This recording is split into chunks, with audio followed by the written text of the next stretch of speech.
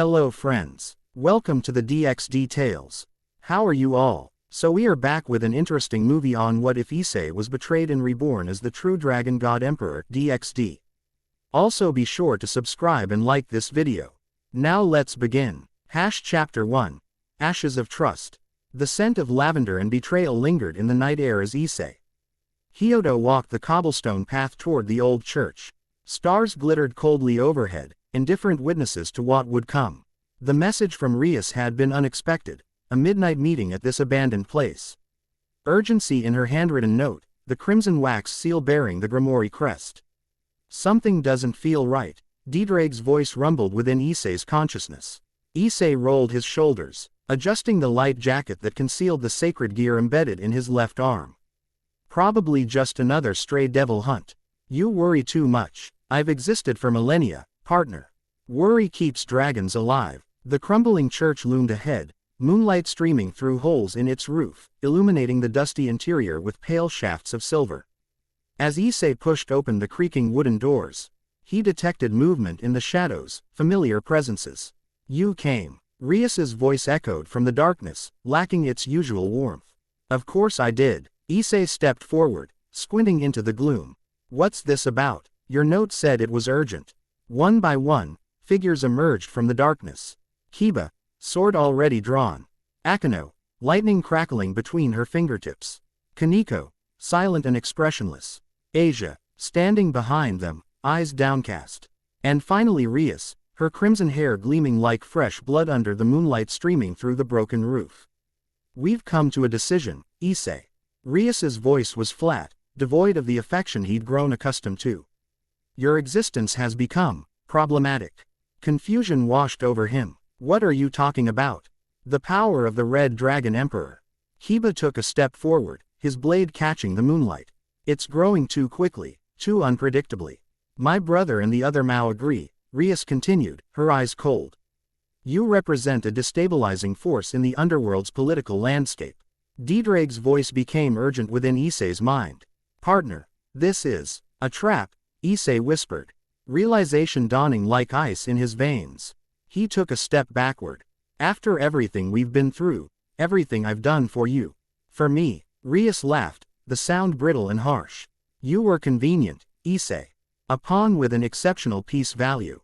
Nothing more. The words struck deeper than any physical blow. Memories flashed through his mind. Battles fought, blood spilled, sacrifices made. All for the crimson-haired devil who now regarded him with the detached interest of someone inspecting an insect before crushing it beneath their heel. I loved you, Issei said softly. All of you. You were my family. Oh, Issei. Akeno's voice held mocking pity. That was your first mistake. Devils don't love. We use. We take. We discard. Issei's fists clenched, the boosted gear manifesting on his arm with a flash of emerald light. So that's it. You're just going to kill me. Not just kill you. Rias raised her hand, dark crimson energy swirling around her fingers. We're going to extract the boosted gear and ensure it finds a more manageable host. The realization struck like lightning. That would destroy my soul. A necessary sacrifice. Rias's expression remained impassive. Akeno, begin the containment circle, partner. DxD roared in Issei's mind. Fight. The betrayal crystallized into something hard and sharp within Issei's chest. Time seemed to slow as adrenaline flooded his system. He'd faced death before, stared into the abyss wearing the faces of gods and monsters. But never had he imagined his end would come at the hands of those he trusted most. Balance breaker, Issei whispered. The church exploded with crimson light as dragon armor encased his body. He launched himself toward the nearest exit, only to crash against an invisible barrier. Magic circles glowed purple along the walls and floor. They'd prepared the battlefield in advance. Did you think we wouldn't take precautions? Rias sighed. You always were predictable, Issei. Lightning tore through the air. Akeno's attack slamming into his armored back with enough force to crack the stone floor beneath him. Before he could recover, Kiba appeared in a blur of movement. His holy eraser sword plunging through a gap in the armor at Issei's shoulder. Pain lanced through him, holy energy burning against his devil nature. He roared, swinging wildly, but Kiba was already gone. replaced by Kaniko's small form delivering a punch that dented his breastplate inward. Why? Issei gasped, blood filling his mouth. We fought together. We survived Riser, Kokobile, Loki. And your power grew with each battle, Rias replied, gathering destruction energy between her palms. Too much power. Too quickly, in the hands of someone so common. The words hurt more than the wounds. Issei staggered to his feet, dragon shot forming in his hand, only to dissipate as Asia stepped forward, her hands extended. I'm sorry, Issei, she whispered, tears streaming down her face. They said this was the only way. A strange sensation washed over him as her twilight healing activated in reverse, drawing life force rather than restoring it. His balance breaker shattered, scales dissolving into motes of light. Asia, the betrayal from her hurt most of all. Sweet, innocent Asia, who he'd saved from death itself. Don't blame her, Rias said coldly. She's simply following orders, like the obedient bishop she is. Surrounded, weakened, betrayed, Issei felt something fundamental break within him. Not his will to live, but something deeper. His faith in connection, in bonds, in love itself. DxD, he whispered internally. If I die here, we will both die, partner, the dragon replied grimly. But not without taking as many of them with us as possible. Issei closed his eyes, drawing on the deepest wells of his power. If this was to be his end, it would be on his terms. The boosted gear glowed with intensifying light as he poured everything he had into one final attack. Longinus Smasher. Quote, the world turned white. The ancient church disintegrated around them as energy erupted from Issei's body. For one brief moment, he saw shock register on Rias' perfect features before the blast engulfed everything. Then came pain beyond imagining. Kiba's sword pierced his chest from behind, emerging through his heart in a spray of crimson. Akino's lightning paralyzed his nervous system. Kaniko's fist shattered his spine. Rias's destruction magic dissolved his left arm entirely. And Asia, tears streaming down her face, continued draining his life fork. Until darkness crept in from the edges of his vision. We would have given you a kinder death, Rias said, her silhouette wavering as Issei's consciousness began to fade. But now you've forced our hand. Blood bubbled from Issei's lips as he collapsed to his knees. The stone floor beneath him was cool against his cheek as he fell. He wasn't afraid, not anymore. Just disappointed. In them. In himself for being so blind. I hope, he whispered, the words barely audible, it was worth it. Darkness claimed him, his final thought not of revenge, but of the hollow space where his heart had been. Death should have been the end. Instead, it was merely a transition. Issei floated in a void of shifting colors, untethered from physical form. Consciousness without body, thought without sensation, he existed as pure awareness, drifting through an infinity that defied comprehension. Interesting. The voice wasn't heard so much as felt, resonating through the very fabric of existence. Your soul refuses dissolution. Another presence made itself known, this one familiar. He was my host, the best in centuries. DxD. Issei attempted to speak without a mouth, to see without eyes. Yes, partner, we've moved beyond the physical realm.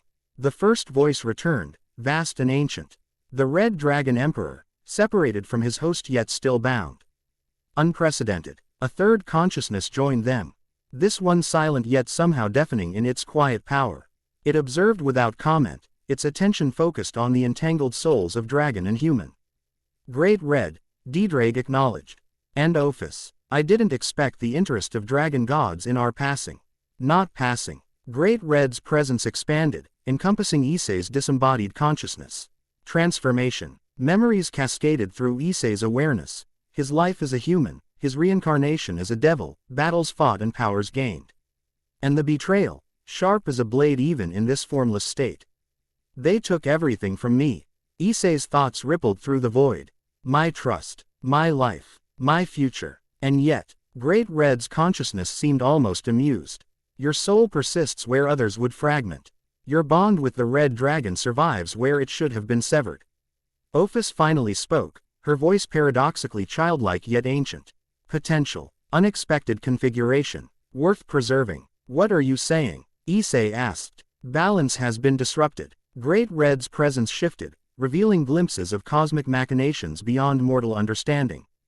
The sacred gear system falters. Old powers stir. New hierarchies must emerge. DxD's consciousness brushed against Issei's. They're offering you something, partner. Something unprecedented. A choice, Ophis clarified. Return, reconfigure, redefine. The void around them began to take form, coalescing into something that resembled reality yet remained fundamentally different. Issei perceived what might have been a massive dragon. Crimson scales gleaming with the light of creation itself, and beside it a figure of absolute darkness that somehow bent space around itself. Rebirth, great red intoned. Not as human, not as devil, but as dragon. Not merely dragon, Ophis added. True dragon, god dragon, emperor. The concept was too vast to immediately comprehend. Why me? Your soul contains multitudes. Great Red's attention felt like standing in the heat of a sun. Human emotion, devil cunning, dragon power, a convergence point for realities. Betrayal separated what should remain unified, Ophis said. You will reunify. Understanding dawned slowly. They were offering him a second chance, not just at life, but at existence itself. Something beyond what he had been, beyond even what DxD represented. If I accept, Issei asked, what becomes of DxD? A sensation like laughter rippled from the Red Dragon Emperor. We would become something new, partner. Neither fully you nor fully me, but a synthesis. And more, Great Red added. My power, Ophis's domain. A true dragon god emperor requires foundations beyond a single lineage. The offer crystallized in Issei's understanding. Rebirth is something unprecedented, a being with the power to rewrite the rules that had allowed his betrayal. A chance to reshape a world that had taken everything from him. In the emptiness where his heart would have been, Issei felt the first stirring of something new. Not forgiveness, the wound was too fresh, too deep. But purpose, direction. The void began to fill with determination. I accept, he said simply. The cosmos itself seemed to hold its breath. Then be unmade, Great Red intoned, and remade. Ophis moved closer, infinity condensing around her presence. Become infinite, become dream, become dragon. Their powers engulfed him. Great Red's chaotic creativity, Ophis's endless potential. DxD's consciousness merged with his own, thousands of years of Dr. Agon memory cascading into his awareness. Issei felt himself dissolving, identity fragmenting into component pieces, only to reconfigure in patterns that defied the natural order. Pain beyond imagining. G tore through him as a new existence crystallized around his soul. He screamed without a voice, burned without a body, died and was reborn in endless cycles compressed into a single eternal moment. Then, suddenly, stillness. Issei opened eyes that perceived more than mere light. He drew breath into lungs that processed not just air but the essence of reality itself. He flexed fingers that could grasp not just matter but the threads of existence. He stood on a mountaintop, naked beneath a sky filled with impossible colors. His body appeared human at first glance, until he glimpsed his reflection in a nearby pool. Crimson scales patterned his skin in places, luminescent like fresh blood under sunlight. His eyes had changed, vertical pupils set in irises that shifted between green and gold. When he inhaled deeply, he felt power thrumming through him, vast enough to make his previous balance breaker seem like a child's sparkler compared to a supernova. What am I now? He whispered, his voice carrying harmonic undertones that made the mountain itself tremble slightly. The answer came not from without but within, DxD's consciousness now inseparable from his own, Great Red's Chayot. I see potential and Ophis's infinite domain integrated into his very being. Dragon God Emperor, he answered himself, understanding flowing through him like quicksilver. The convergence point of all dragon lineages. The nexus of chaos and infinity. The knowledge settled into him, vast yet somehow manageable, compartmentalized by his reconfigured consciousness. He understood instinctively that was merely the beginning. His power would grow as he learned to access and control the full scope of his new existence. With that knowledge came awareness of other changes. His soul no longer bore the markings of a devil's reincarnation. The evil pieces that had bound him to Rias had been consumed in his transformation, their energy repurposed into something else entirely. Memory of the betrayal remained, the wound still raw. But now it was contextualized differently. He perceived the cosmic threads that had influenced events, the ancient powers that had manipulated lesser beings into actions they believed were their own. They were pawns too, he murmured, though the realization did little to ease the ache. Moved by forces they didn't understand. The mountain beneath him trembled again, responding to the emotions rippling through him. Issei closed his eyes, focusing on containment, on control. His first task would be mastery of himself. The power he now possessed could reshape continents if unleashed carelessly. When he opened his eyes again, the mountain had stabilized. His first lesson in restraint, learned instinctively. But there was so much more to understand, to explore, to become. A sound like thunder rolled across the sky, though no clouds marred the strange, color-shifted heavens. Issei tensed, new instincts alerting him to approaching danger. Something powerful was coming, something draconic. The air before him shimmered and tore open, reality parting like a curtain. Through the rift emerged a massive dragon, scales the deep blue of oceanic abysses, eyes glowing with ancient wisdom and primordial fury. Even without DxD's integrated knowledge, Issei would have recognized this being from mythology alone. Tiamat, the Chaos Karma Dragon. One of the 5 dragon kings. The strongest female dragon in existence. And, if DxD's memories were accurate, bearing a 5,000-year grudge against the Red Dragon Emperor. So, her voice rumbled like tectonic plates shifting. The rumors are true. A new dragon enters the hierarchy, one carrying the essence of my old enemy. Issei stood his ground as Tiamat circled him, her massive form dwarfing the mountaintop. In his previous life, he would have been paralyzed with terror. Now, he assessed her calmly, noting the patterns of chaos magic swirling around her scales, the dimensional distortions her mere presence created. Not just DxD's essence, Issei replied, his voice steady. I am something new. Tiamat lowered her massive head, nostrils flaring as she scented him. Her eyes widened fractionally. Great red and ophis, she hissed in disbelief. Their powers, merged with a mortal vessel and dragon soul. Impossible. Evidently not. Issei allowed a small measure of his power to surface. Crimson energy crackling along his skin. I am the Dragon God Emperor now. The first of my kind. God Emperor. Tiamat's laughter shook the mountain. A title means nothing without the strength to claim it, little hatchling. Even with borrowed power, you are centuries from truly understanding what you contain. She was right, Issei knew. Despite the vast knowledge integrated into his consciousness, practical application would take time. The power within him was like an ocean, and he had barely learned to cup water in his hands. Then teach me, he said simply. Tiamat's massive head reared back in surprise. Teach you? Why would I instruct the vessel of my ancient enemy? Because I'm not just DxD anymore. Issei took a step forward, meeting her gaze without flinching. I co-ntain aspects of all dragon lineages now, including yours, Tiamat of the Chaos Tide. I can sense the connection. The great dragon narrowed her eyes, probing the claim with senses beyond physical perception. Something she discovered made her scales bristle with shock. Impossible, she repeated, but with less conviction. No being should contain such contradictions within a single soul. And yet, here I stand. Issei spread his arms. The world is changing, Tiamat. Old systems falter. New possibilities emerge. You can either help shape what comes next, or be swept aside by it. Tiamat's tail lashed, carving a furrow through solid stone. Bold words from a newborn god. Do you even know what you've become? The responsibilities you've inherited, the enemies you've made simply by existing. No, Issei admitted candidly. That's why I need a teacher. Someone who understands dragon politics, dragon magic, dragon history. Someone who won't coddle me or hold back out of misplaced concern. The ancient dragoness circled him again, considering. And why would I waste millennia of wisdom on a creature that might not survive its first century? Because I'm offering you something no one has offered in 5,000 years. Issei met her gaze squarely. Respect, not fear, not obedience, but genuine respect for what you are and what you know. Tiamat stopped circling, her massive form growing suddenly still.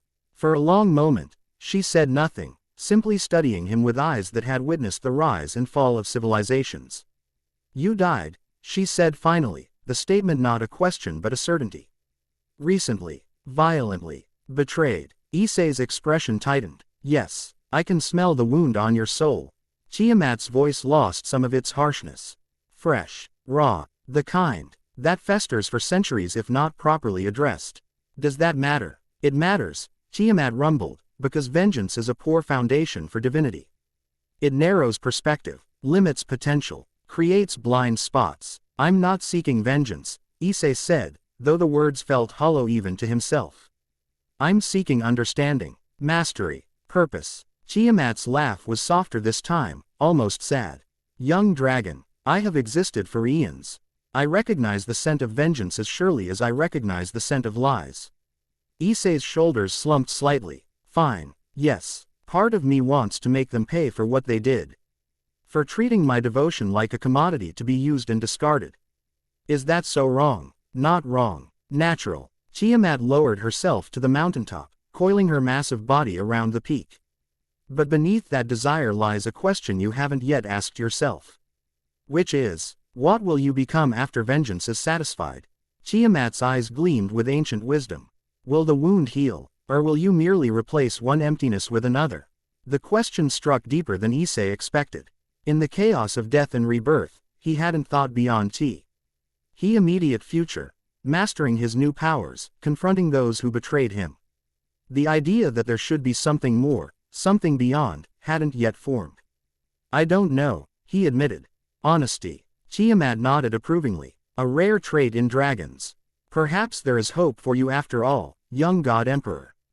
Then you'll teach me. I will observe you, Tiamat qualified. If you prove worthy of instruction, you shall have it. But know this, I will not coddle. I will not comfort. I will push you to the breaking point and beyond, because anything less would be disrespectful to what you might become. It wasn't the straightforward acceptance Issei had hoped for, but it was a beginning. He bowed his head in acknowledgement. I ask nothing more. Tiamat rose suddenly, her massive form casting a shadow across the entire mountaintop.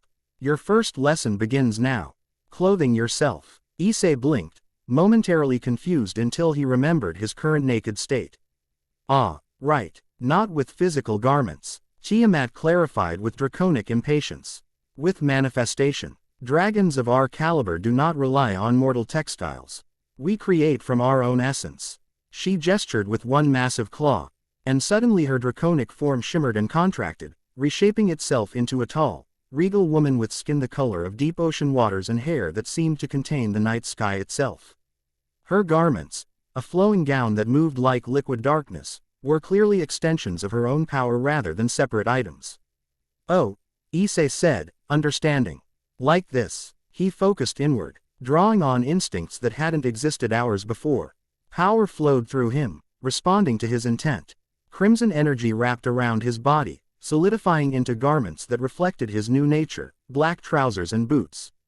A deep red tunic with scaled patterns that shifted subtly in the light, and a long coat that moved like living shadow, its edges occasionally revealing glimpses of cosmic emptiness. Tiamat circled him critically, examining his creation. Functional, if unimaginative. You've much to learn about aesthetic manifestation.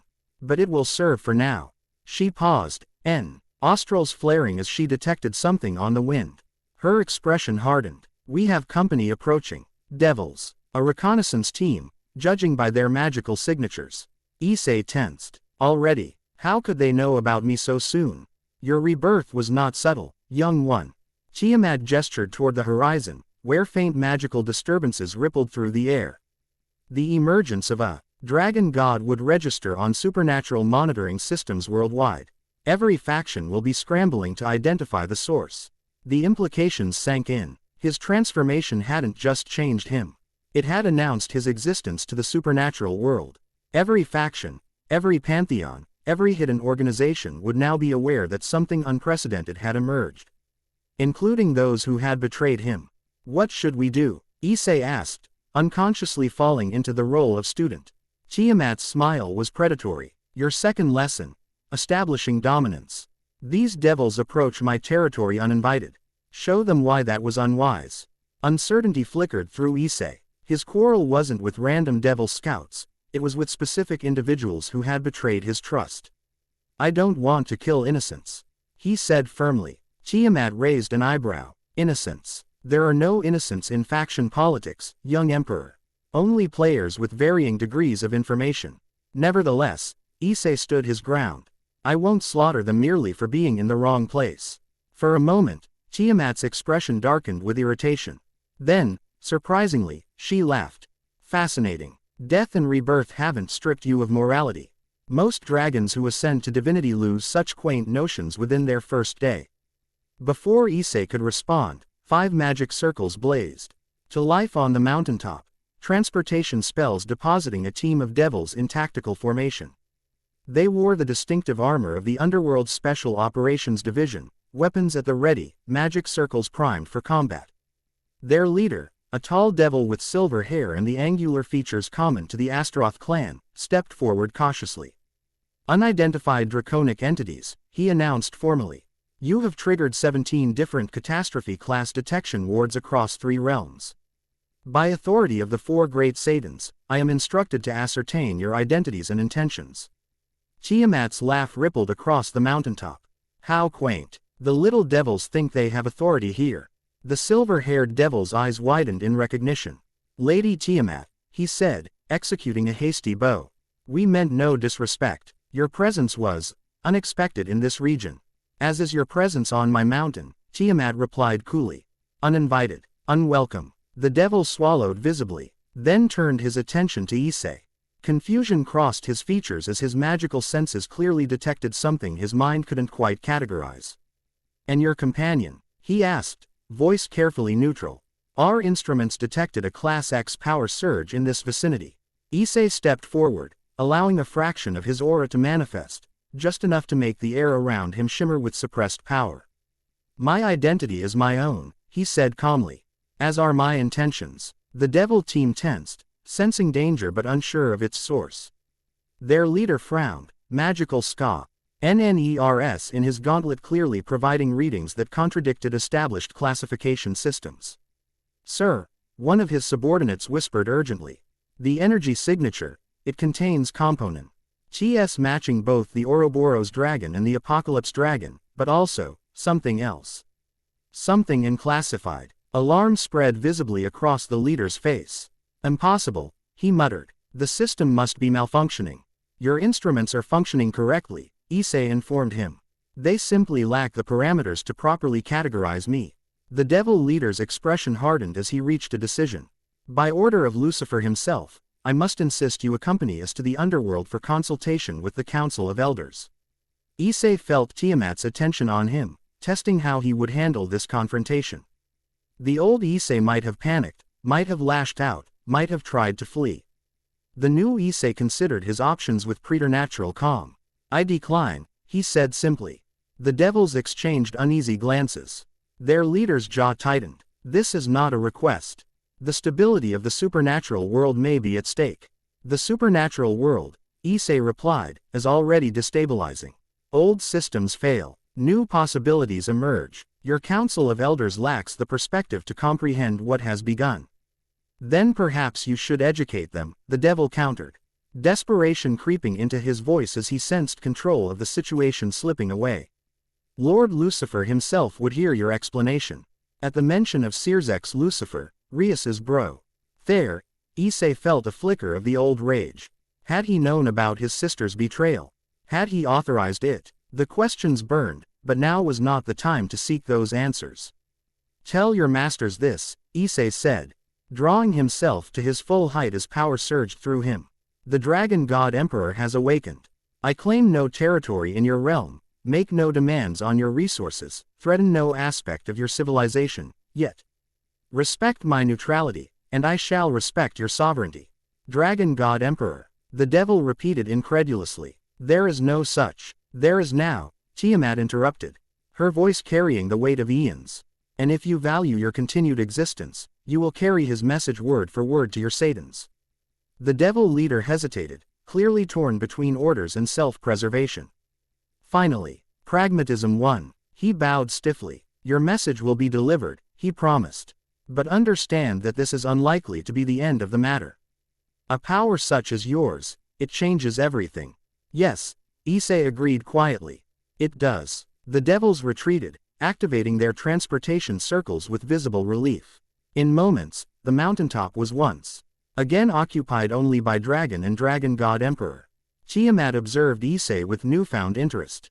You showed restraint, diplomacy, even not typical draconic responses. I'm not a typical dragon, Issei replied.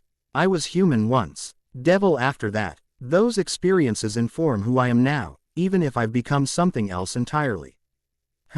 Tiamat circled him thoughtfully. Perhaps there is wisdom in your composite nature after all. Most ancient dragons would have obliterated those devils simply for the presumption of their demands. And what would that accomplish, beyond momentary satisfaction? Issei asked. I need information more than I need to indulge draconic pride. Those devils will return to their masters with reports, and those reports will generate responses. From those responses, I'll learn which factions represent potential allies and which represent inevitable enemies. Tiamat's eyes gleamed with something approaching approval. Strategy beyond immediate gratification. Perhaps there is hope for you yet, young Emperor. She gestured toward the horizon. Come, this mountain no longer serves our purposes. Too exposed, too well-known. I have other domains, hidden. Places where we can begin your true education without constant interruption. The air before them tore open as Tiamat created a dimensional rift. Beyond the opening, Issei glimpsed a landscape of impossible beauty. Floating islands drifting through skies painted with colors that had no names in human languages, ancient structures that defied conventional geometry, creatures that seemed composed of living magic. The Dragon Realm, Issei asked, recognizing the place from DxD's memories. A fragment of it, Tiamat corrected. My personal domain within the greater expanse. Few are permitted entry. Consider it both privilege and precaution. We can train there without risk of collateral damage to weaker realms. She stepped through the rift, then turned to look back at him. Coming, Dragon God Emperor. Or would you prefer to wait here for the next faction to come collecting? Issei stared at the dimensional gateway, feeling the weight of the choice before him. To step through meant fully embracing his new existence, committing to the path of power and responsibility that came with his transformed nature. It meant leaving behind the last threads of his human life, his mortal perspectives. Memory of betrayal flashed through his mind. Crimson hair, cold eyes, calculated cruelty. The wound remained raw, bleeding despite his transformation. But now, that wound would become motivation rather than limitation. He would master this new existence, understand its full potential, and then he would address old debts. I'm coming, Issei said, and stepped through the gateway into his future. The dimensional rift sealed behind them, leaving the mountain empty save for lingering traces of power and possibility. In the days to come, scholars and censors from every supernatural faction would examine this site, attempting to understand what had transpired, what had emerged. None would fully comprehend the significance until much later, when the Dragon God Emperor chose to reveal himself fully to a world unprepared for his existence.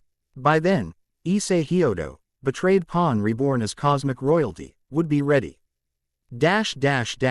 In Tiamat's domain, time moved differently. What like hours to Issei might be days in the human world, or perhaps mere minutes. The inconsistency was deliberate, Tiamat explained, a defense mechanism that made her realm difficult to infiltrate or predict. Dimensional anchoring, she instructed as they traversed a crystal bridge spanning an abyss of shifting realities. Fundamental to draconic existence at our level, lesser beings are bound to single realities. Trapped in linear time, we exist between and beyond. Issei absorbed the lesson, feeling new understanding crystallize within his transformed mind. The knowledge felt both foreign and familiar, concepts that would have been incomprehensible to his former self now slotting perfectly into reconfigured thought patterns. It's like learning things I already know, he observed, as if the information was always there, just inaccessible until now. Tiamat nodded. The Great Red and Ophis embedded their fundamental understanding into your reconstructed essence. The knowledge is there, but practical application requires experience. They reached a massive structure that defied conventional architecture, a palace formed from what appeared to be solidified storm clouds and crystal lightning. Its dimensions shifting subtly when not directly observed. Inside, space expanded impossibly, revealing halls vast enough to accommodate Tiamat's full draconic form. Your temporary sanctuary, she announced. Here we can begin proper assessment of your capabilities without interference. The great hall they entered contained artifacts Issei recognized instinctively as draconic treasures, not merely valuable objects, but items of power, crystallized memories, solidified concepts, weaponized ideals. The hoarding impulse of Dragonkin manifested at its highest level. First, Tiamat said, transforming back into her draconic form, we must determine your baseline. Attack me. Issei blinked in surprise. Attack you. But Tiamat's tail lashed out without warning, striking with the force of a freight train. Issei barely managed to dodge, instinct taking over as his body moved with inhuman speed. Hesitation, Tiamat growled, is weakness. In this realm, weakness is unforgivable. She struck again, this time with a focused blast of chaos energy that warped the very air it passed through. Issei raised his hands reflexively, power surging through him in response to the threat. A barrier of crimson energy formed before him, absorbing Tiamat's attack. Better, she acknowledged. Now counter. Issei gathered his power, feeling it respond to his intent. Unlike the sacred gear's structured abilities, this power was raw potential, malleable, responsive, limited only by his imagination and control. He focused, condensing energy into a concentrated form, then released it in a brilliant beam of crimson light.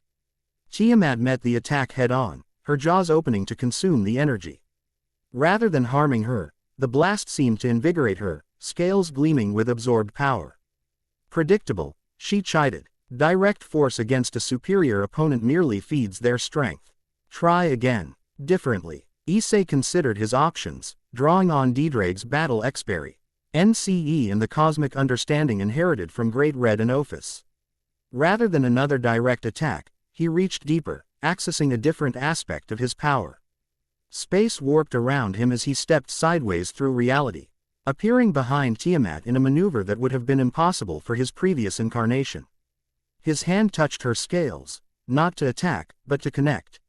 I see you, he whispered, establishing a resonance between their draconic essences. For a brief moment, their powers synchronized, creating a harmonic convergence that sent ripples through the dimensional fabric of Tiamat's domain. The Chaos Karma Dragon froze, clearly caught off guard by the approach. Then, slowly, she turned her massive head to regard him with new respect. Essence Communion, she identified the technique. A skill most dragons require centuries to master, if they manage it at all. Issei stepped back, breaking the connection. It seemed right, natural. For you, perhaps. Tiamat's form shimmered, returning to her humanoid appearance. The ability to recognize and harmonize with different draconic lineages, that's not from DxD. Nor Great Red, who exists in isolation by nature. That ability comes from Ophis, the infinite dragon god who encompasses all possibilities. She circled him, assessing. You instinctively chose communion over conflict. Interesting. Most new. Lee ascended dragons default to dominance displays, raw power, territorial aggression. I was human first, Issei reminded her. I understand connection has value beyond dominance. Perhaps, Tiamat conceded, or perhaps your soul still bears the imprint of your betrayal, making you hesitant to trust purely in force. The observation struck close to the wound that still festered within him. Issei's expression tightened. Does it matter why? Intent always matters in magic of this caliber, Tiamat replied. Power flows from source to manifestation through the channel of intent. Unclear intent creates unpredictable results. She gestured, and the great hall transformed around them, space reconfiguring into what appeared to be a vast library, shelves stretching beyond sight, filled with objects that radiated power. Before we continue physical training, you require context. Tiamat selected a crystalline sphere from a nearby shelf. Knowledge of what came before. The history not recorded in human texts or devil archives. Quote, the sphere gleamed as she held it up. The first dragon war. The creation of the sacred gear system. The true purpose of the supernatural factions. The sealed. History that explains why betrayal is woven into the very fabric of devil society. Issei stared at the object, feeling its importance. You're saying their betrayal wasn't personal. That it was systematic. I'm saying, Tiamat replied carefully, that nothing in the supernatural world is as simple as it appears to mortal eyes. The chess pieces move according to rules established millennia ago, often without understanding the game they're playing. She placed the crystal in his hands. See for yourself. As Issei's fingers closed around the sphere, reality dissolved around him. Past and present merged as ancient memories flooded his consciousness, events witnessed through Tiamat's eyes eons before his birth. Wars that reshaped continents, alliances forged and shattered, beings of odd-like power manipulating lesser entities like puppets on strings. And throughout it all, a pattern, a cosmic design implemented by forces beyond even dragon understanding. When the vision finally released him, Issei staggered, mind reeling from the influx of information. He leaned against a bookshelf for support, processing what he'd witnessed. The sacred gear system, he whispered. It wasn't created just to empower humans against supernatural threats. It was designed to create specific conflicts, to force evolution through prescribed patterns. Yes, Tiamat confirmed, and the red drag, on Emperor, your previous incarnation, was a key piece in that design. A catalyst for change, but change directed toward predetermined outcomes. Enrius, the name still tasted bitter on his tongue. The others, pawns, Tiamat said, not unkindly, just as you were. The difference is that you've broken free of the board entirely, while they remain constrained by rules they don't fully comprehend. Issei's hands clenched, crimson energy crackling between his fingers. That doesn't excuse what they did. No, Tiamat agreed. It merely contextualizes it. Understanding the cosmic machinery that influenced their choices doesn't negate their responsibility for making those choices. She selected another crystal, this one darker, shot through with veins of silver light. Now, see what they do not. The truth of the system's inevitable collapse, and what comes after. This vision was different. Not memories of the past, but probabilities of the future. Fracturing realities, collapsing hierarchies. Supernatural societies thrown into chaos as ancient systems failed under their own contradictions. And at the center of the maelstrom, a figure of crimson and shadow, the dragon god emperor. Either catalyst for catastrophe or architect of a new order. When this vision released him, Issei remained standing, steadied by the weight of understanding. That's what Great Red and Ophis saw, he realized. The coming collapse, the need for something new to emerge from the ruins of the old systems. Yes, Tiamat retrieved the crystal. They chose you, not despite your betrayal, but because of it. Your severance from the old order makes you uniquely positioned to create something new. Issei walked to a window that overlooked the impossible landscape of Tiamat's domain, floating islands drifting through aurora-lit skies. Dragons of various lineages soaring between them, dimensional rifts opening and closing like breathing apertures. I'm not interested in becoming anyone's savior, he said quietly. Or their destroyer. I just wanted. He trailed off, unsure how to articulate what he'd truly desired in his previous life. Acceptance, love, purpose. You wanted to belong, Tiamat observed. To matter. To be valued for yourself rather than your utility. Yes, and now you've become something that belongs nowhere, she continued. Something unprecedented. Something that must create its own place in a cosmos unprepared for your existence. Issei turned back to face her. You make it sound impossible. Not impossible. Tiamat's expression softened fractionally. Merely unprecedented. Which means you have both the burden and the freedom of defining what the Dragon God Emperor will be, not just for yourself, but for all who come after you. If any come after me, Issei pointed out. They will. Tiamat's certainty was absolute. Once a concept manifests in the cosmic framework, it creates space for repetition. You were the first, not the last. The responsibility of that position settled over Issei like a mantle, heavy yet somehow fitting. Beyond personal vengeance, beyond the raw wound of betrayal, lay a larger purpose. Not one thrust upon him, but one he could define for himself. I need time, he said finally. Time to learn, to understand, to decide what I want to become. Time, Tiamat reminded him with draconic amusement, is relative in this realm. We have as much or as little as required. She gestured, and the library transformed once more, becoming a training arena vast enough to contain multiple full-sized dragons in combat. But Aining continues regardless of philosophical quandaries. Your mind must understand while your body learns to channel your new nature. Prepare yourself, young emperor. Issei straightened, power flowey, ing through him as he embraced the challenge. The wound of betrayal remained, a hollow space within that might never fully heal. But around that wound, something new was taking form, an identity beyond what had been taken from him. A purpose beyond what others had defined. He was Issei Kyoto no longer, not merely, not only. He was the Dragon God Emperor, first of his kind, nexus of possibilities. And his story was just beginning. Chapter 1 and Chapter 2, Scales of Awakening. Issei stood motionless at the center of a perfect circle of obsidian sand, arms extended, palms upward. Spheres of condensed power, crimson, black, and gold, orbited his body like miniature planets around a living sun. Each contained a different aspect of his draconic nature: Great Red's chaos, Ophus's infinity, and DxD's dominance. Distilled into tangible form, control, Tiamat's voice resonated across the training arena. Not suppression, not release, balance. Sweat beaded on Issei's forehead as he maintained the delicate equilibrium. 3 weeks of intensive training had taught him that his new powers responded more to emotion and intent than to rigid formulas or incantations. Unlike the sacred gear system with its predictable progressions, Dragon God abilities manifested organically, shaped by the wielder's consciousness. The spheres are drifting out of alignment, Tiamat observed dispassionately.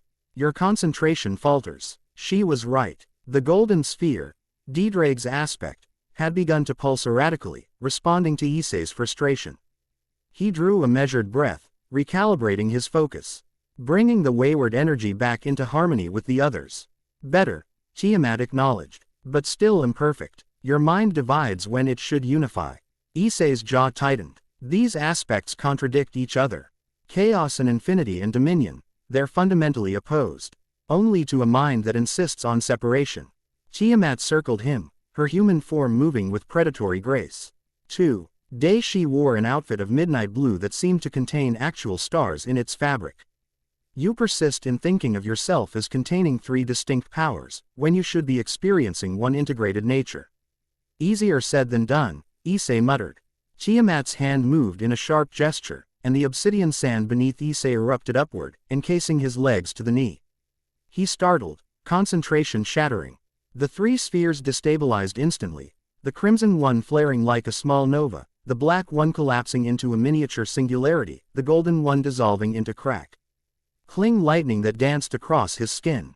Focus, Tiamat commanded. Issei gritted his teeth, reaching for control as the competing energies threatened to spiral beyond containment. The singularity began drawing in surrounding matter. The crimson flare scorched the air itself. The lightning intensified, carving furrows into the obsidian sand. For a heartbeat, disaster loomed, then Issei closed his eyes, abandoning the separation he'd been attempting to maintain. Instead, he allowed the 3 aspects to flow together, merging into a single resonant harmony. The chaotic energies stabilized, coalescing into a corona of iridescent power that pulsed in rhythm with his heartbeat.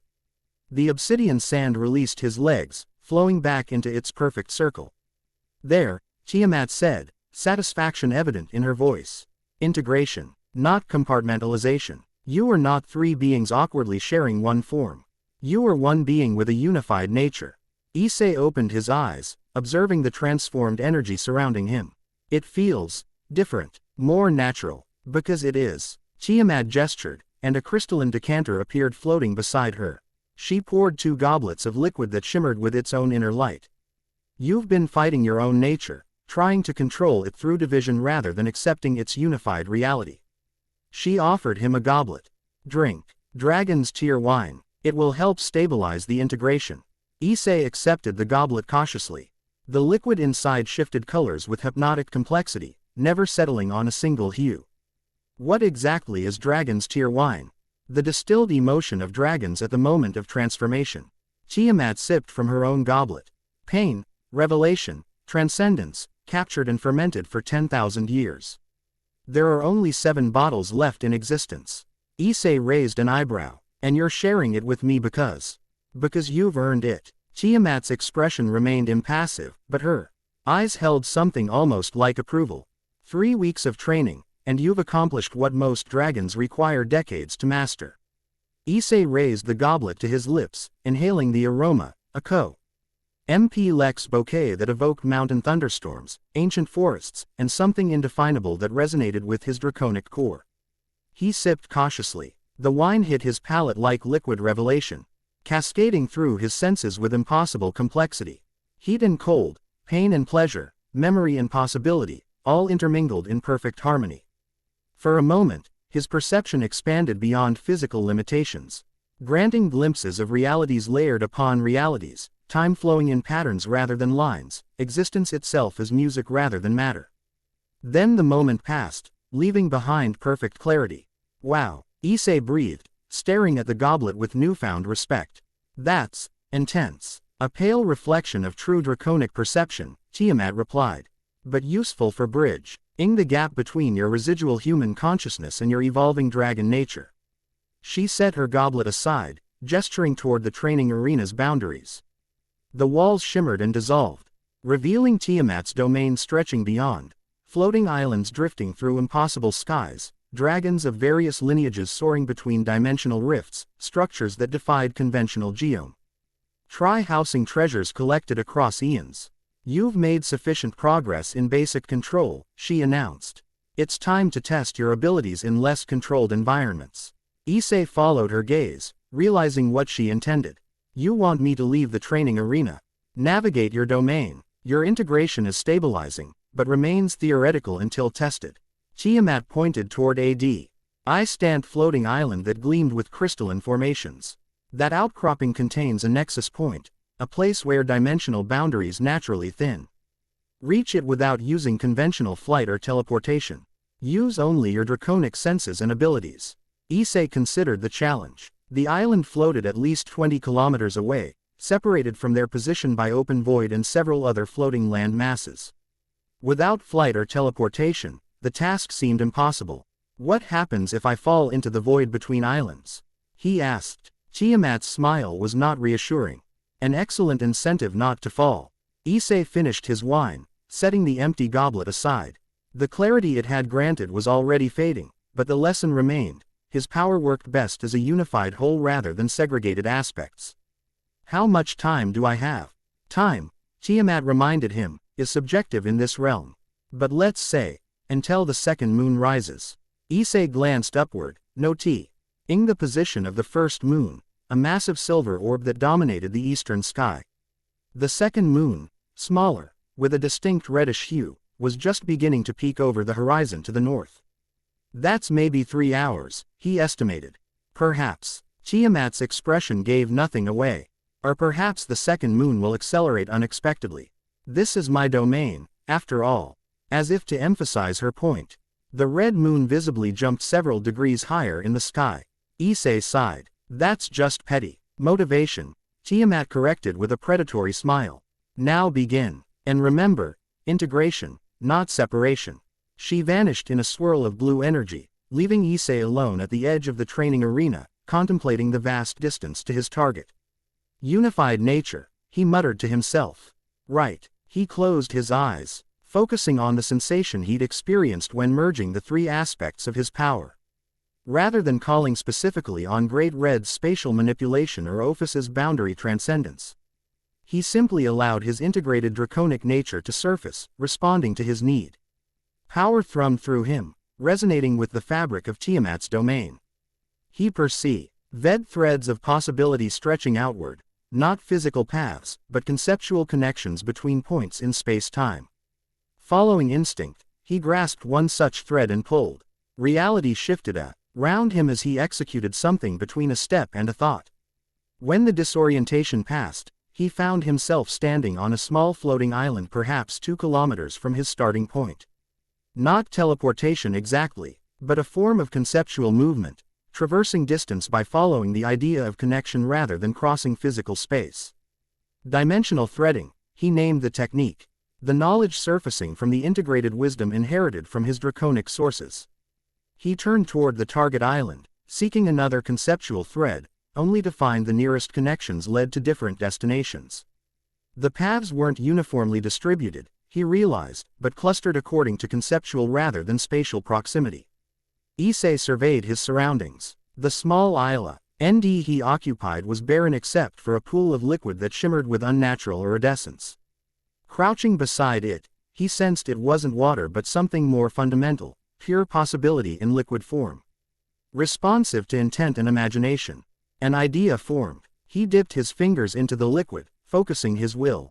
The substance responded, flowing up his arm and spreading across his body, forming a second skin that pulsed with potential. "Show me the paths," he commanded. The liquid shimmered, his draconic energy resonating with its malleable nature.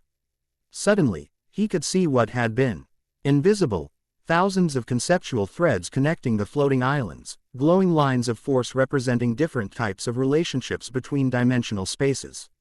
"Now we're getting somewhere," Issei murmured, identifying a thread that led closer to his target. He grasped it and pulled, executing another dimensional threading maneuver. This time, the transition was smoother, his integra TED nature working harmoniously rather than fighting itself.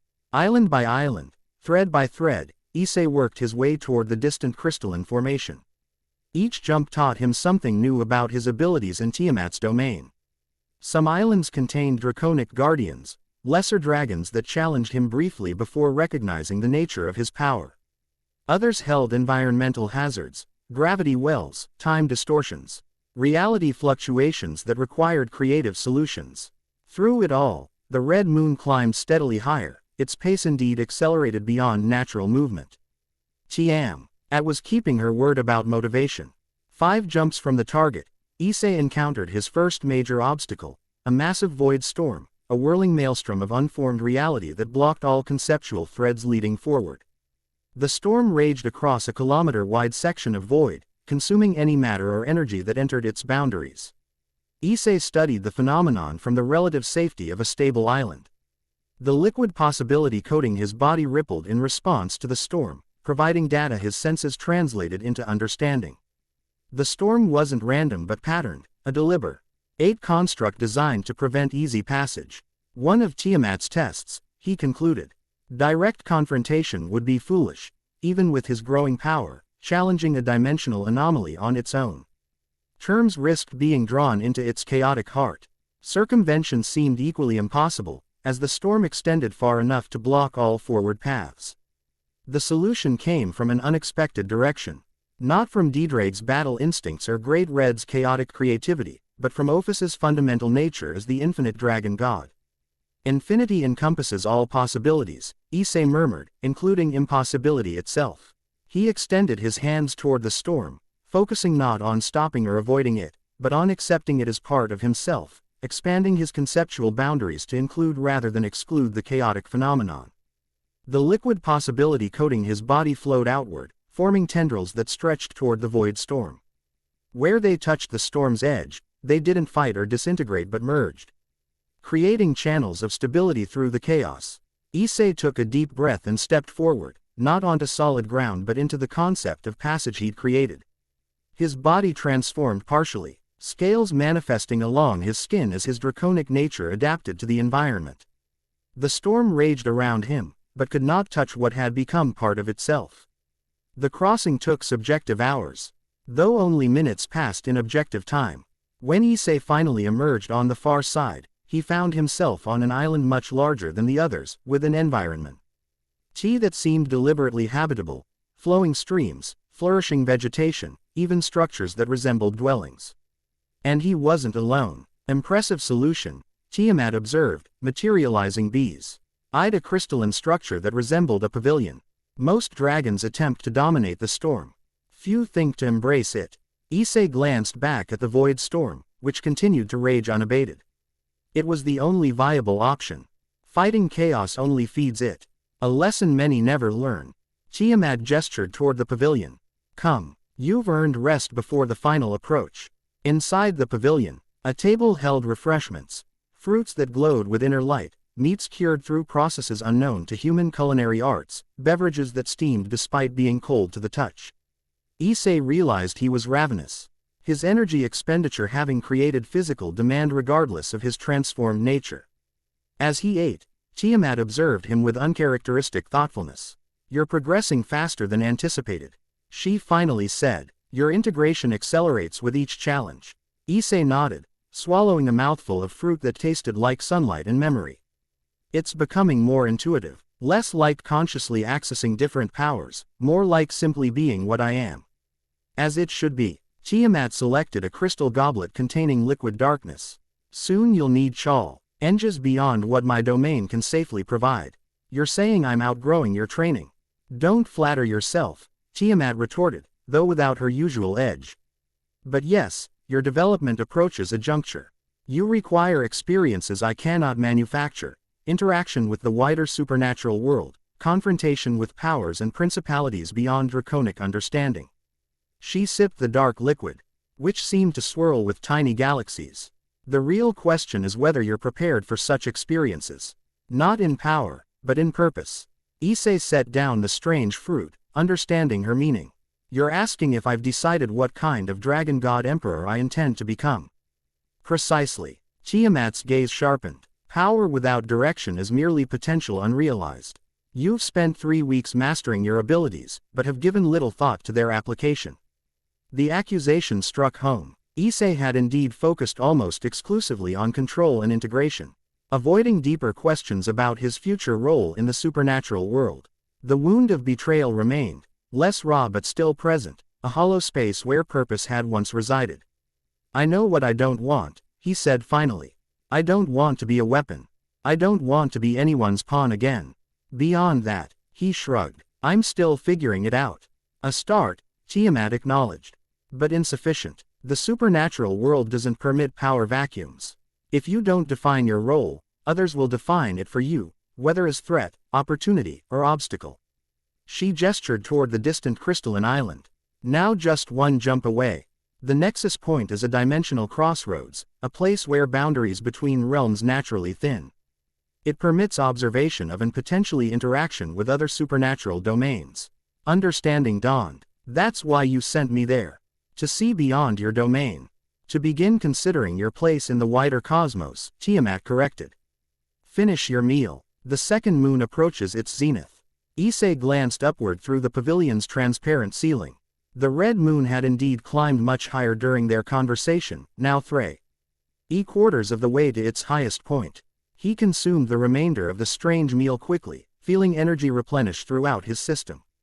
The liquid possibility that had coated his body had been mostly expended during the void storm crossing, but his draconic nature had compensated, permanent scales now visible along his forearms and the sides of his neck, physical manifestations of his ongoing transformation.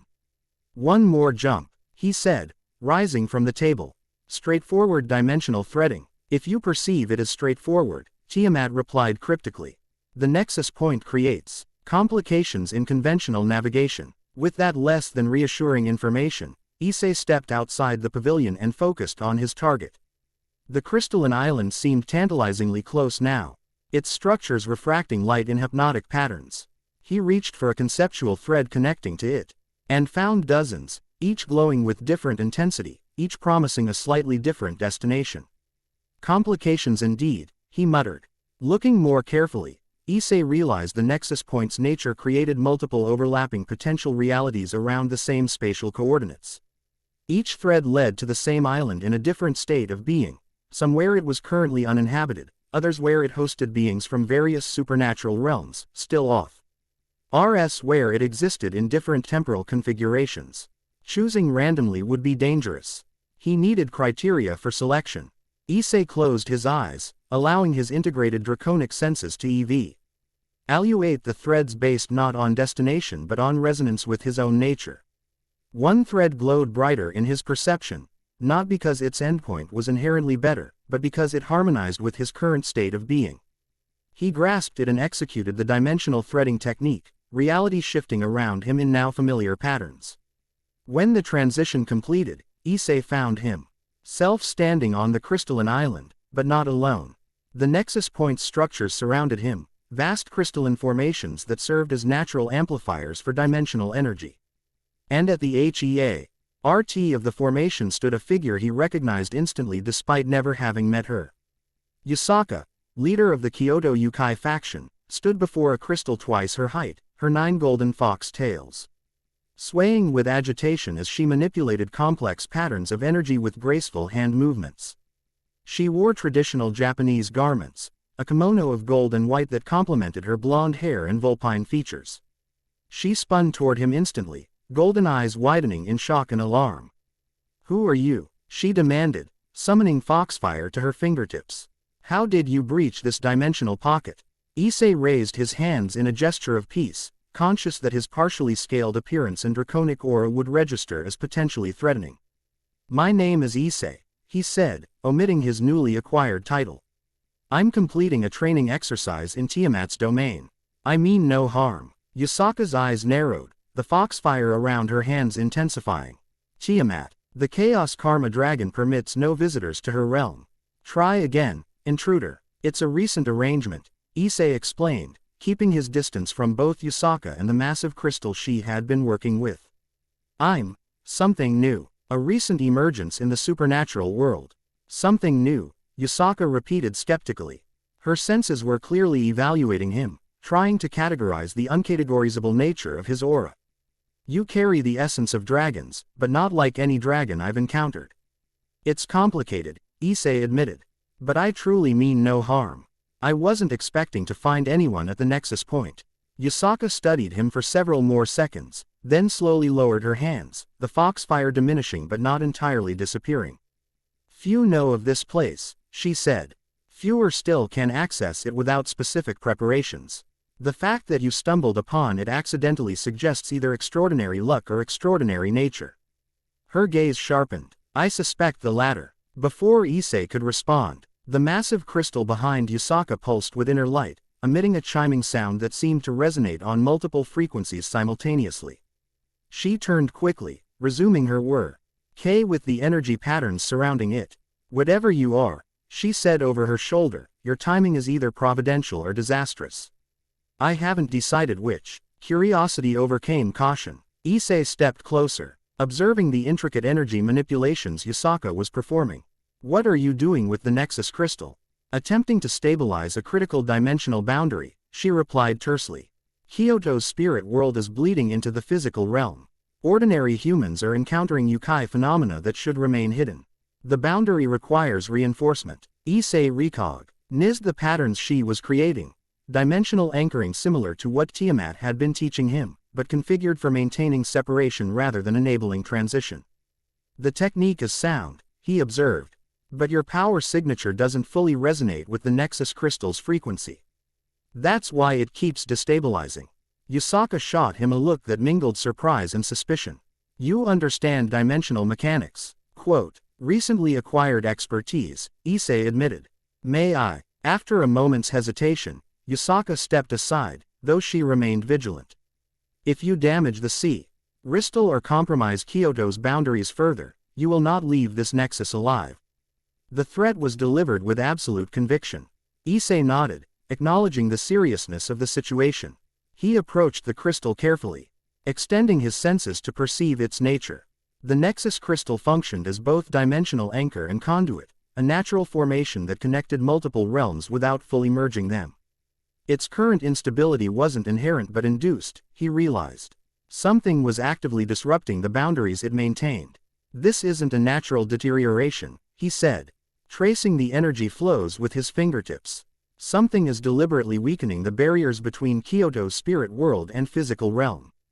Yasaka's expression tightened. "I suspected as much, but had no proof." "Can you identify the source?" Issei focused deeper, allowing his integrated draconic senses to perceive beyond conventional dimensional limitations. Within the crystal's matrix, he detected an anomalous energy signature, a corruption spreading like roots through an otherwise healthy system. There, he indicated a section of the crystal that appeared slightly darker than the surrounding material. "A foreign energy construct, sophisticated work. It mimics the crystal's natural resonance while subtly altering its fundamental properties." Yasaka moved closer, her own senses focusing on the area he indicated. "I see it now, but removing it without damaging the crystal itself would be nearly impossible through conventional means," Issei finished. He considered the problem, drawing on his newly integrated understanding of draconic energy manipulation. "But I might be able to purify rather than remove." "Purify?" Yasaka gave him a measuring look. "That would require fundamental reconfiguration at the essence level. Few beings possess such capability. I'm not exactly a conventional being, Issei replied with a small smile. May I try? After a moment's consideration, Yusaka nodded. Proceed. But I will monitor every aspect of the process. Issei placed both palms against the crystal's surface, directly over the corrupted section. He closed his eyes, extending his consciousness into the crystalline matrix. The foreign construct reacted to his presence immediately, tendrils of corrupting energy trying to withdraw deeper into the system. Oh no you don't, Issei murmured. Rather than pursuing the corruption directly, he expanded his awareness throughout the entire crystal, saturating it with his integrated draconic essence. The Nexus crystal responded, resonating with harmonics that matched aspects of his nature. As Great Red's chaos element aligned with the crystal's dimensional properties and Ophus's infinity aspect connected with its timeless nature. Issei created a purification field that didn't target the corruption directly but made its continued existence within the matrix impossible. The foreign construct fought briefly, attempting to adapt, then collapsed as its fundamental structure dissolved, purified into neutral energy that the crystal itself absorbed and integrated. Issei withdrew gradually, ensuring no trace of corruption remained. When he opened his eyes, he found Yusaka staring at him with undisguised amazement. That was, she began, then paused, seemingly at a loss for words. I've never witnessed anything like it. You didn't destroy the corruption or force it out. You transformed it. Purification through essence realignment, Issei explained, stepping back from the crystal, which now pulsed with clean, steady light. The corruption couldn't exist in the presence of properly aligned draconic energy. Draconic energy unlike any I've encountered in 1500 years of existence, Yusaka noted pointedly. Who exactly are you, Issei? Before he could answer, the air shimmered beside them as Tiamat materialized in her human form. She glanced between Issei and Yusaka, then at the now stabilized Nexus crystal. I see you've met the Kyoto Nine Tails, she observed dryly. And assisted with her boundary problem. Yusaka bowed formally to the Chaos Karma Dragon. Lady Tiamat, an unexpected honor. I did not realize this particular nexus connected to your domain. It connects to many domains, Tiamat replied. That's its nature. Though I admit some surprise at finding you her. Personally rather than sending an emissary. The situation required direct intervention, Yusaka explained. Kyoto's boundaries have been systematically weakened over the past month. Lesser yokai cross into human perception, causing incidents that threaten exposure. And now your young protege has cleansed the corruption from our primary anchor point, Yusaka continued, indicating Issei. A service for which the Kyoto faction is grateful. Though I remain curious about his exact nature. Tiamat's expression revealed nothing of her thoughts. Issei is the Dragon God Emperor. The first of his kind. A convergence of draconic lineages previously thought incompatible. Yusaka's golden eyes widened, her tails momentarily freezing in place. Dragon God, Emperor. That's not a classification I'm familiar with. It wouldn't be, Tiamat replied. It's unprecedented. A new tier in the supernatural hierarchy. Understanding dawned in Yusaka's expression, followed by calculation and reassessment. As leader of a major supernatural faction, she clearly grasped the implications immediately, political, strategic, and metaphysical. I see. She turned to Issei, reassessing him with newfound comprehension. That explains the unique resonance signature. And your ability to purify the Nexus crystal through mere presence. Issei felt slightly uncomfortable under her evaluating gaze. During his time in Tiamat's domain, he'd had little opportunity to practice social interactions with anyone besides the Chaos Karma Dragon herself. His former social skills seemed inadequate to his new existence. The corruption in your crystal, he said, changing the subject. It wasn't random. The pattern suggests deliberate sabotage, sophisticated work by someone with detailed knowledge of boundary mechanics.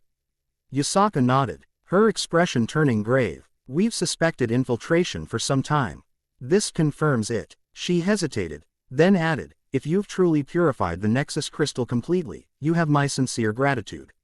But Kyoto's problems extend beyond this single point of failure. Tiamat raised an eyebrow. You're considering requesting further assistance. I'm considering all options, Yusaka replied diplomatically. The Kyoto faction maintains strict neutrality in most supernatural conflicts, but this targeted weakening of our boundaries suggests we've become someone's strategic objective. She turned to Issei. Your emergence as Dragon God Emperor. It's very recent, isn't it? About 3 weeks, Issei confirmed. Which means most supernatural factions remain unaware of your existence. Or at least of your full nature. Yasaka's tails swayed thoughtfully. That provides certain advantages in investigation. Unknown elements can observe what known quantities cannot. Tiamat crossed her arms. You're being remarkably transparent about your intentions, Nine Tails. Transparency seems appropriate when dealing with beings of your caliber, Yasaka replied smoothly. I won't insult your intelligence with elaborate pretense. She faced Issei directly. Dragon God Emperor. The Kyoto faction would formally request your assistance in investigating DxD systematic weakening of our dimensional boundaries. In exchange, we offer alliance, information, and sanctuary within our territory when needed. The directness of the offer surprised Issei, though he supposed it shouldn't have. As faction leader, Yasaka would prioritize protecting her people over protocol or pride. He glanced at Tiamat, silently asking for her assessment. The Chaos Karma Dragon's expression remained neutral, but she gave an almost imperceptible nod. I accept, Issei said to Yasaka. But I should warn you, I'm still learning about my own abilities. I can't guarantee success. Few can, Yasaka replied with a slight smile. But you've already demonstrated capabilities beyond what I anticipated. Sometimes, fresh perspective matters more than established power. She gestured toward the Nexus crystal. This anchor point is stabilized, but others throughout Kyoto's spiritual geography remain vulnerable. I propose beginning with a survey of these locations to determine the pattern and possible origin of the corruption. A reasonable approach, Tiamat interjected. But not immediately. Issei's training remains incomplete, particularly regarding navigation between major realms rather than within a single domain. Yasaka inclined her head in acknowledgement. Of course. When would you consider him prepared? 3 days, Tiamat decided. By my realm's time, which could be significantly longer in the human world, Yasaka noted. Or shorter, Tiamat replied with draconic unconcern for temporal consistency. The time differential fluctuates. Then I all return to Kyoto and prepare for your arrival. Yasaka performed a formal bow to both dragons. The primary shrine complex will expect you when you are ready. With practiced precision, she traced a complex pattern in the air, creating a transportation circle specifically calibrated to the Nexus Point's unique properties. Before stepping into it, she paused, golden eyes meeting Issei's. Dragon God Emperor, she said softly. Kyoto thanks you for your intervention today. Whatever comes next, know that the nine-tailed fox remembers both friends and enemies with equal clarity. With that cryptic statement, she vanished into the transportation circle, leaving Issei and Tiamat alone at the Nexus Point.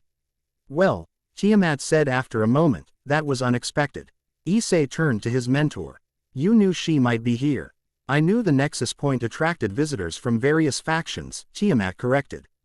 Yasaka specifically was indeed unexpected. The Nine Tails rarely leaves Kyoto, particularly in times of instability. She studied Issei with newfound interest. More surprising was your intuitive understanding of dimensional purification. That's not a technique I've taught you, nor one DxD would know. It just made sense, Issei said, struggling to articulate the experience. When I connected with the Nexus crystal, I understood its natural state and how the corruption diverged from that pattern. Restoring the original configuration was simply a matter of presence rather than intervention. Presence rather than intervention, Tiamat repeated thoughtfully. A profound distinction, and one that suggests your integration progresses beyond my expectations. She gestured toward the spot where Yasaka had disappeared. The Nine Tails has given you your first external purpose. Investigating Kyoto's boundary weakening may seem straightforward, but I suspect you'll find complications beyond what appears on the surface. You think there's more to it than just boundary disruption? I think, Tiamat said carefully, that faction leaders rarely reveal their complete motivations in initial meetings. Yasaka is among the more honorable supernatural leaders, but she is still a leader, responsible for her people's welfare above all else. She turned toward the Nexus crystal, which continued to pulse with stable energy. The corruption you cleansed, Describe its pattern more specifically. Issei focused his memory on what he'd sensed within the crystalline matrix. It was adaptive, self-modifying. It mimicked the crystal's natural resonance while subtly altering fundamental properties. The work was sophisticated, not brute force, but precise manipulation. Characteristics of sacred gear interference, Tiamat concluded. Likely a Longinus class gear with reality manipulation properties. The mention of sacred gears triggered a cascade of memories from Issei's former life, his own boosted gear, the powers it had granted, the conflicts it had drawn him into. The hollow space where those connections had been ached briefly before his integrated nature stabilized the emotional response. Why would someone with a Longinus target Kyoto's boundaries specifically? He wondered. An excellent question, Tiamat replied. And one worth investigating. But first, you must complete your training here. She gestured, creating a dimensional rift that would return them to her primary domain. The second moon has reached its zenith. You've completed your challenge successfully and learned more than I anticipated. The next 3 days will focus on inter realm navigation and essence perception across dimensional boundaries. As they prepared to depart, Issei cast one last look at the Nexus crystal. Its purified state felt satisfying in a way his training exercises hadn't, a tangible result that benefited others rather than merely advancing his own development. Perhaps that was the beginning of purpose, finding ways his unprecedented nature LD address needs beyond his personal concerns. Not salvation or domination, but contribution. Assistance without submission. Power applied with precision rather than force. The hollow space within him didn't vanish. But its edges seemed less sharp, its presence less defining. There might be something beyond betrayal after all, not forgetting, but transcending. Becoming something defined by more than what had been taken. Coming, Tiamat called, already halfway through the dimensional rift. Issei nodded, stepping toward his immediate future while contemplating possibilities beyond it. Yes, there's still much to learn. 3 days in Tiamat's realm passed in intensive instruction. Issei learned to navigate between major supernatural domains, to perceive essence patterns across dimensional boundaries, to identify and counter various forms of reality manipulation. The training was rigorous, often brutal. Tiamat's teaching methods had not softened with familiarity. But when the appointed time arrived, even the Chaos Karma Dragon acknowledged his readiness. Your progress defies conventional development patterns, she observed as they prepared for departure to Kyoto. Whether due to your unique composition or personal determination remains unclear. Does it matter which? Issei asked, adjusting the manifestation of his appearance. For this venture into another faction's territory, he'd created clothing that balanced draconic elements with human convention, black trousers and boots, a deep red tunic with subtle scale patterns, and a long coat that shifted between solid and shadow. His physical features remained mostly human, though scales were visible along his forearms and neck, and his eyes retained their vertical pupils. It matters, Tiamat replied, because errant sources require different cultivation. Natural talent reaches limits. Determination can overcome them. She circled him, assessing his appearance with critical attention. You still manifest too obviously. Subtle power projection demands control of all aspects, including visual presentation. With a gesture, she altered her own appearance, transforming from her usual regal form into something that could pass for human at casual glance. A tall woman in modern business attire, her blue-black hair now shoulder-length rather than flowing to her waist, her eyes still inhuman but less overtly so. Like this, Issei concentrated, refining his manifestation. The visible scales receded, becoming nearly imperceptible unless viewed in direct light. His eyes retained their draconic nature but muted the effect. His clothing simplified slightly, appearing expensive but conventional by human standards. Better, Tiamat approved. Remember, in Kyoto, you represent not just yourself but a new classification of power. First impressions will shape how the supernatural community perceives the Dragon God Emperor concept for centuries to come. The responsibility of that position settled on Issei's shoulders, not crushing, but significant. His actions wouldn't just affect his personal standing but would define expectations for any who might follow him. No pressure, he muttered. Tiamat's lips curved in amusement. Pressure is how diamonds form, young emperor. Now, Create the transit pathway. Kyoto's dimensional coordinates are complex due to layered spiritual geography. Issei nodded, focusing his will. Drawing on the training of the past 3 days, he reached across dimensional boundaries, seeking the specific resonance signature of Kyoto's primary shrine complex. The City X. I stood simultaneously in physical reality and spiritual realms, its layered nature creating unique challenges for dimensional navigation. He found the correct frequency and opened a pathway, not a simple portal or teleportation circle, but a dimensional thread connecting Tiamat's realm directly to Kyoto's spiritual heart. The technique required precision beyond what his former self could have imagined. Manipulating fundamental reality without disrupting the delicate balance of either domain. Well executed, Tiamat acknowledged as the pathway stabilized. Clean dimensional suturing without residual energy bleed. Issei allowed himself a moment of pride at her rare compliment before stepping through the pathway he'd created, Tiamat following close behind. They emerged in a traditional Japanese garden of breathtaking beauty. Ancient trees stretched toward a sky where 2 moons hung visible despite the apparent daylight, one physical, one spiritual, overlapping realities made manifest rough Kyoto's unique metaphysical properties. Stone pathways wound between carefully arranged rock formations and flowing water features. Cherry blossoms drifted on gentle breezes despite being out of season in the physical world. And waiting beside a small red bridge stood Yusaka, accompanied by a child who could only be her daughter, Kuno, and several fox yokai attendants in traditional dress. Dragon God Emperor. Yusaka greeted formally, performing a perfect bow. Lady Tiamat, Kyoto welcomes you to our sacred grounds. Issei returned the bow with equal formality.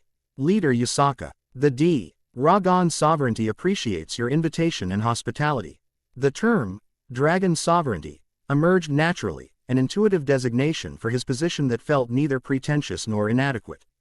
From Tiamat's slightly raised eyebrow, he sensed she approved of the impromptu diplomatic terminology. This is my daughter, Kuno, Yusaka continued, gesturing to the young fox girl beside her. Who appeared perhaps 10 by human standards, with golden hair and fox ears that twitched with poorly concealed excitement. Kuno performed her own bow, though her eyes remained fixed on Issei with undisguised curiosity. Is it true you're a new kind of dragon god? She asked, earning a gentle but reproving look from her mother. Issei smiled at the child's directness. Something like that, he replied. I'm still figuring it out myself. Quote, Mother says you fixed the big crystal that was making ghosts appear in the human city, Kuno continued, ignoring protocol in favor of satisfying her curiosity. Can you fix the others too? Some of my friends got scared when humans saw them. Kuno, Yusaka said softly, our guests have traveled far. Perhaps questions can wait until after refreshment and rest. The young fox girl's ears drooped slightly in disappointment, but she nodded obediently. Yes, mother. Yusaka gestured toward a traditional structure visible beyond the garden, a large pavi. Lion built in classical Heian architectural style, but emanating subtle protective enchantments that Issei's enhanced senses detected easily. We've prepared accommodations suitable for beings of your stature, she said. After you've refreshed yourselves, I would be honored to discuss the situation in greater detail. As they walked the stone path toward the pavilion, Issei noted subtle defense. Vei positions throughout the garden. Fox yokai guards disguised as decorative statues, protective wards woven into seemingly ornamental arrangements, observation points concealed in strategic locations. The Kyoto faction was taking no chances with security, despite their outward hospitality. Tiamat noticed his observations. The Nine Tails has ruled Kyoto for over a millennium, she said quietly. She survived the Meiji Restoration, 2 world wars, and countless supernatural incursions. Paranoia serves her well. The pavilion interior continued the theme of traditional Japanese aesthetics combined with supernatural functionality. Sliding paper doors were reinforced with protection spells. Tatami floors concealed detection wards. Even the delicate wall paintings of natural scenes contained encoded magical formulas visible only to those with supernatural sight. Servants, all fox yokai of various ranks, provided heated towels, tea served in exquisite ceramic cups, and various traditional confections. Throughout the welcome rituals, Yusaka maintained perfect formal hospitality while Kuno watched the visitors with naked fascination, particularly Issei, whose nature clearly registered as something unprecedented to her developing Yukai senses. When the formal welcome concluded and the servants withdrew, Yusaka's demeanor shifted subtly from ceremonial host to faction leader. The situation has deteriorated since our meeting at the Nexus Point, she said without preamble. 2 more boundary anchors have been compromised. Yukai manifestations in the human city increase daily. We've deployed our best concealment specialists, but maintaining the veil becomes more difficult with each new incursion. Issei set aside his tea. You mentioned a pattern to these boundary failures. What have you discovered? Yusaka gestured, and a detailed 3-dimensional map of Kyoto materialized above the low table between them. Points of light indicated what Issei recognized as dimension. Anchor locations, places where the physical and spiritual aspects of the city were intentionally connected and controlled. The compromised anchors, Yusaka indicated several points now glowing red rather than gold, form a specific pattern when viewed from a spiritual perspective. She made another gesture, and the map shifted orientation, the anchor points now revealing a distinct geometric configuration. Tiamat leaned forward, studying the pattern with narrowed eyes. A summoning array, she identified immediately. Sophisticated work. The boundary weakening isn't the objective, it's preparatory. Precisely our conclusion, Yusaka confirmed. Someone is deliberately creating a citywide summoning configuration, using our own dimensional anchors as framework. Summoning what? Issei asked, though he already suspected the answer wouldn't be pleasant. That remains unclear, Yusaka admitted. The configuration doesn't match known summoning arrays for specific entities. It's a custom design or something so ancient our records contain no reference. Kuno, who had been quiet during this exchange, suddenly spoke up. It's making the air taste wrong, she said with a child's directness. Like when milk starts to spoil but isn't completely bad yet. Both Yusaka and Tiamat looked sharply at the young fox girl. Taste? Yusaka asked her daughter. You haven't mentioned this before. Kuno's ears flattened slightly. It started yesterday. I thought everyone could sense it. Issei studied the young Yukai with new interest. Children often perceived aspects of Rei. Liddy adults had learned to filter out, a phenomenon consistent across human and supernatural species alike. May I? He asked Yusaka, gesturing toward Kuno. After a moment's hesitation, Yusaka nodded permission. Issei moved to kneel beside Kuno, bringing himself to her eye level. Can you show me where the air tastes wrong? He asked gently. Kuno nodded, golden eyes serious. It's strongest near the old temple district. The humans can't go there because they think it's being renovated, but it's really just old magic keeping them away. Issei glanced at Yusaka, who confirmed with a nod. We've maintained a preservation zone around several ancient temples. The spiritual resonance there is particularly strong, making it an ideal location for a primary dimensional anchor. And now that anchor is compromised, Tiamat concluded. Not just compromised, Kuno insisted. It's changing, growing something. The hair on the back of Issei's neck rose at the child's description. His NTE-graded draconic senses detected no immediate danger, but something about Kuno's perception triggered recognition, a pattern he'd encountered before. The Nexus crystal, he said suddenly. When I purified it, I didn't just remove corruption, I interrupted a process. The foreign energy construct was embedding itself, preparing to use the crystal's properties for something beyond simple boundary disruption.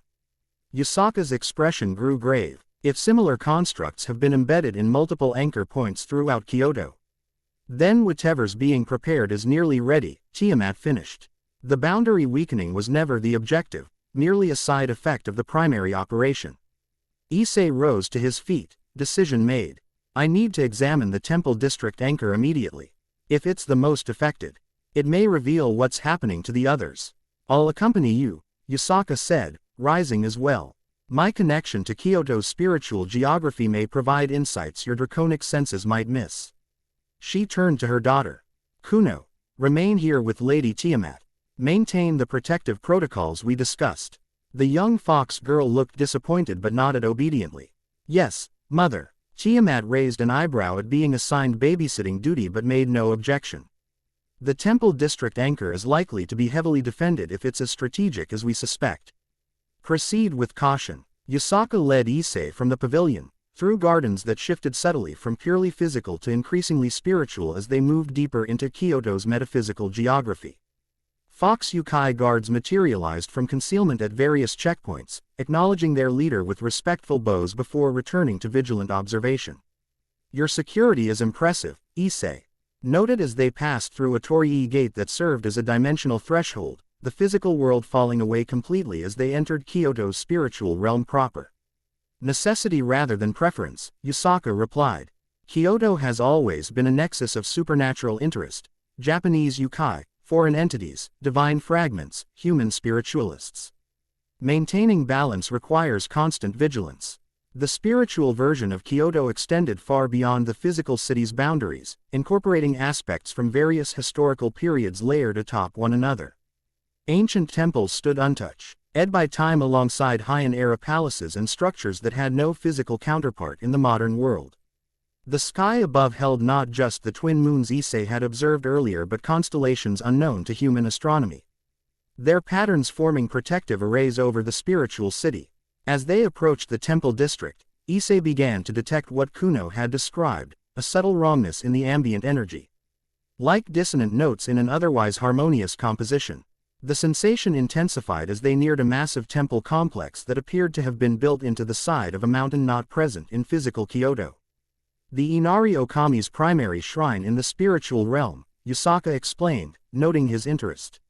"The anchor point is beneath the main hall, a natural dimensio. Null convergence point that predates human habitation in this region." Issei extended his senses toward the temple, then froze in place. "Something's very wrong," he said quietly. "The energy signature, it's familiar." Yusaka tensed beside him. "Familiar how?" "Similar to what I encountered in the Nexus crystal, but more developed." Issei focused more intently, allowing his integrated draconic nature to interpret the patterns. "It's not just corruption anymore. It's awakening." Without waiting for Yusaka's response, Issei strode forward, power gathering around him as his draconic aspects responded to perceived threat. The temple's defensive wards activated at his approach, golden barriers materializing across entrances and windows. Yusaka caught up to him quickly, Nine Tails Manif, esting fully as she accessed her own power. "The wards shouldn't be active," she said, alarm evident in her voice. "They're keyed to my spiritual signature." "They've been modified," Issei confirmed, examining the energy patterns. "Recently and expertly. Whoever did this understands Yukai magic intimately."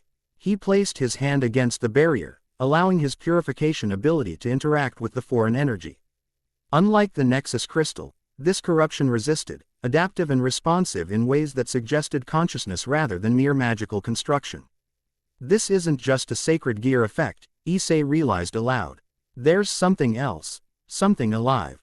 Yusaka's eyes widened. "Alive, within our anchor point." Before Issei could elaborate, the barrier beneath his hand pulsed with sudden intensity. Pain lanced up his arm as something within the corrupted energy attempted to establish connection with his draconic essence. He jerked back instinctively, but not before receiving a flood of impressions: hunger, ancient and all-consuming, anticipation of imminent freedom, recognition of his nature as both opportunity and obstacle.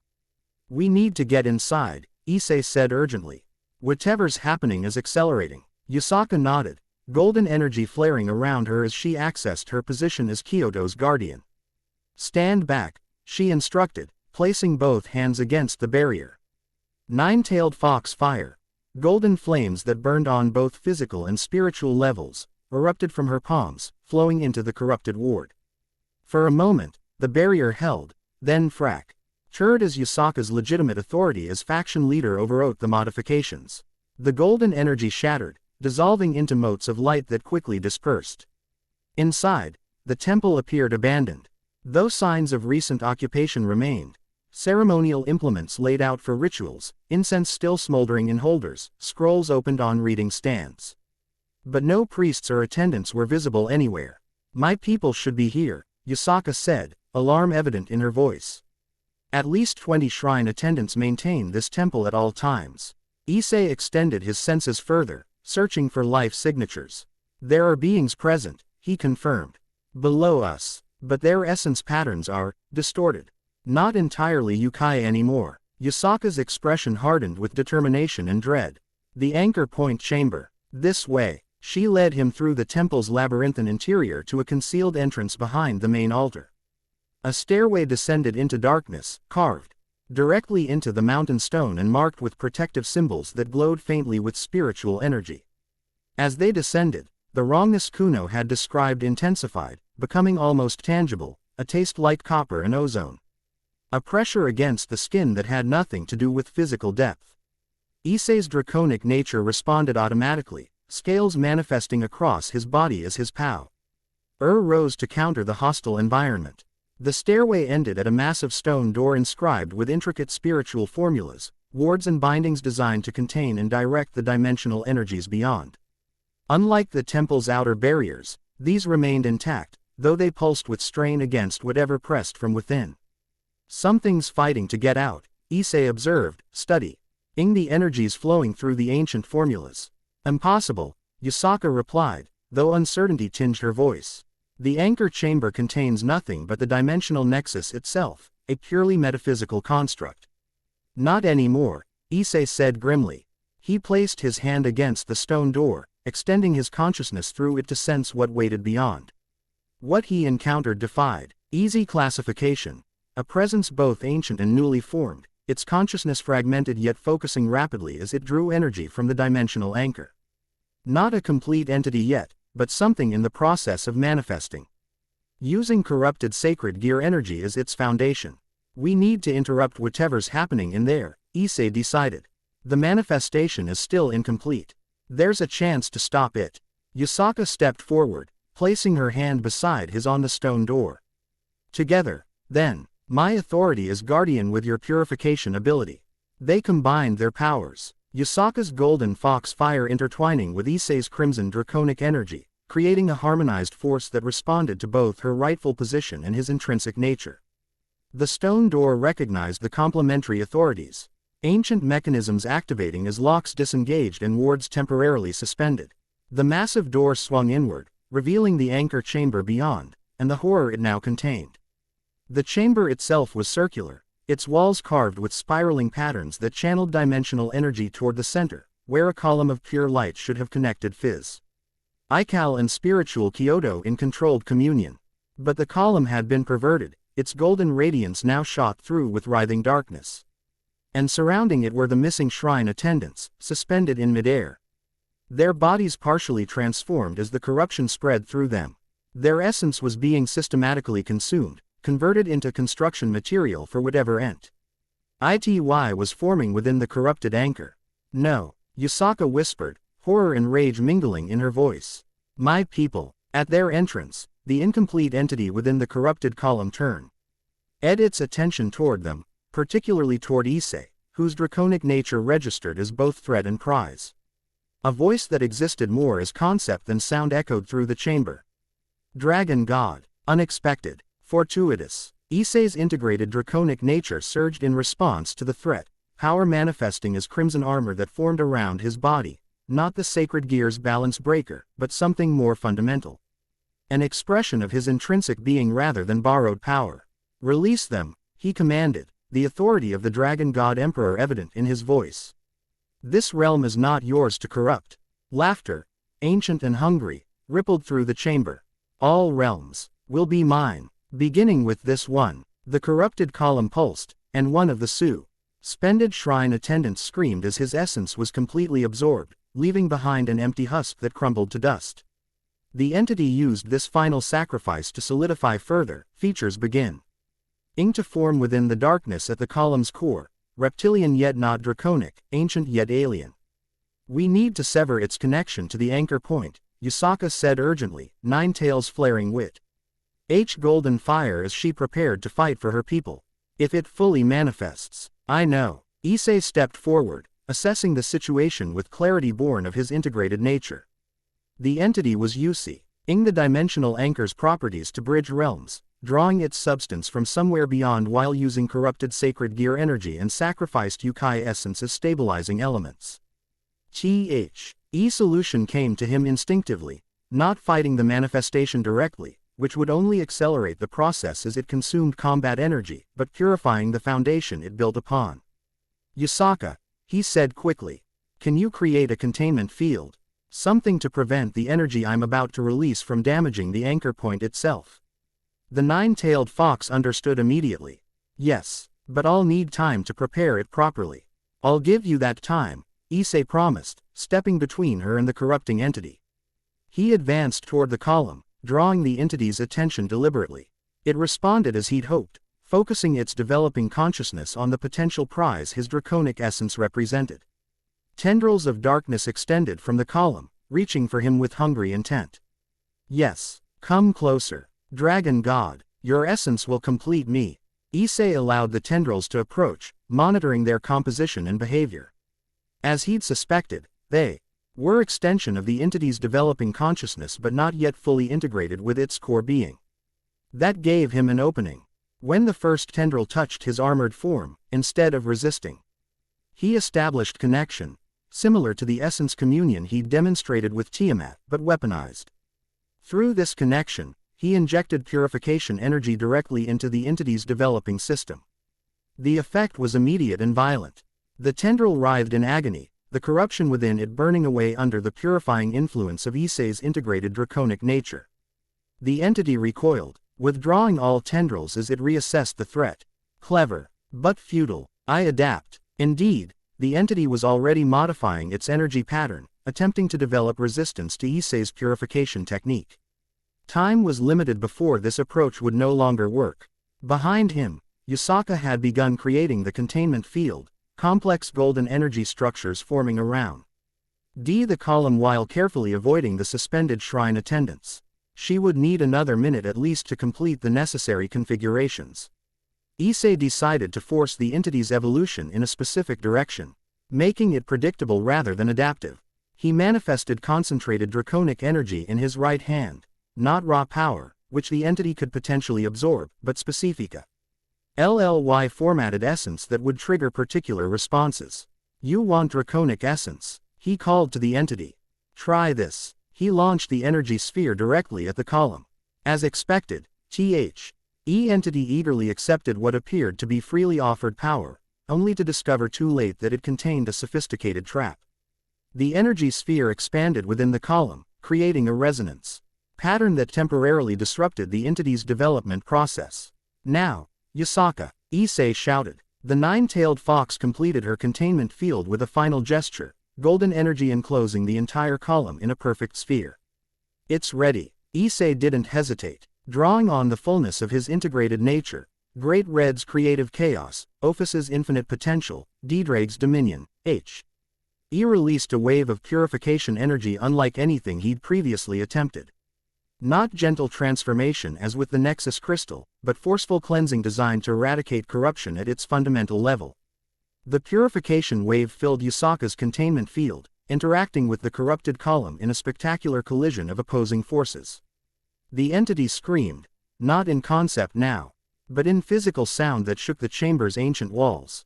Darkness and light battled within the golden sphere as purification energy methodically unraveled the corruption that formed the entity's foundation. No, so close. I will return. The promise, or threat, faded as the entity's manifestation collapsed, the purification energy systematically dismantling its structure from foundation to surface. The suspended shrine attendants fell gently to the floor as the foreign influence that had held them dissipated, those still living groaning weakly as consciousness returned. Within the containment field, the column of light gradually returned to its proper golden radiance, dimensional energies flowing once again in their intended patterns as the anchor point healed itself. When the process completed, Yusaka lowered the containment field, rushing to check on her fallen people. 6 of the 20 had survived, their essence damaged but recoverable. The others had been completely consumed, leaving nothing but dust where they had fallen. Issei knelt beside Yusaka as she tended to a young fox Yukai who couldn't have been more than a century old by supernatural standards, barely an adolescent. Will they recover? He asked quietly. Physically, yes, Yusaka replied, her voice tight with grief and rage. The spiritual damage, that will take longer to heal. If it ever does completely. She looked up at him, golden eyes bright with unshed tears. Thank you. Without your intervention, we would have lost them all, and Kyoto itself might have fallen. Issei nodded, except, ing her gratitude while understanding that it did little to ease the loss of 14 innocent lives. He turned his attention to the restored anchor point, extending his senses to verify its stability. The corruption is gone from this anchor, he confirmed. But what about the others throughout Kyoto? If they've been similarly compromised, we must check them immediately, Yusaka agreed, rising to her feet. She gestured, and Fox Yukai guards who had been stationed outside the chamber rushed in, attending to the survivors with gentle efficiency. To the guard captain, she said, secure this chamber. No one enters without my direct authorization. The captain bowed. Yes, Lady Yusaka. What of the remains? Her expression softened with sorrow. Prepare them for proper rites. They died defending Kyoto. They will be honored accordingly. As the guards carried out their instructions, Yusaka turned back to Issei. The entity, did you recognize what it was attempting to become? Issei considered the impressions he'd received during the confrontation. Not specifically. Something ancient. Something that existed before current supernatural classifications. It referred to itself using concepts rather than names: hunger, consumption, dominion. An elder being, Yusaka said grimly. There are legends in Japanese mythology, beings that existed before the kami, hungry things seal. Ed away when the world took its current form. Most dismiss them as symbolic rather than literal. This one seemed literal enough, Issei observed. And it said it would return. A threat, or certainty. Yusaka's tail swayed with agitation. Either way, we must secure the remaining anchor points immediately. If similar manifestations are developing elsewhere in Kyoto. Issei nodded, understanding the urgency. But as they prepared to leave the chamber, a new realization struck him, one that connected to his original purpose and the wound that had set him on this path. The sacred gear energy, he said suddenly. It was corrupted, but I recognized aspects of its signature. It was similar to boosted gear energy, but perverted. Twisted. Yusaka looked at him sharply. You're saying Psalm E1 with a sacred gear similar to your former one is involved? Not similar, Issei clarified. Connected. The boosted gear isn't the only dragon-type sacred gear. There are others, containment vests. Else for different dragon souls or aspects. Someone is using one of them to channel corruption into dimensional anchors. The implications unfolded in his mind. Connections between his betrayal, his transformation, and this new threat. Not coincidence but constellation, patterns emerging from seemingly unrelated events. We need to inform Tiamat, he decided. This goes beyond Kyoto's boundaries. If similar attempts are being made at other dimensional nexus points worldwide. Yusaka nodded grimly. The implications are disturbing indeed. Let us return to the shrine complex quickly. As they ascended from the anchor chamber, leaving behind the golden column now restored to its proper function, Issei felt something shifting within his own nature, purpose crystallizing from potential. The Dragon God Emperor would not merely be a title or classification but a role with specific meaning: protector of boundaries, purifier of corruption, maintainer of dimensional balance. The wound of betrayal remained, but increasingly it seemed less defining, more contextual, not the center of his existence but merely the catalyst that had set him on this path. Whatever had betrayed him might have connections to this larger threat, might even have been influenced by the same corrupting forces. Understanding would come with time. For now, action took precedence over contemplation.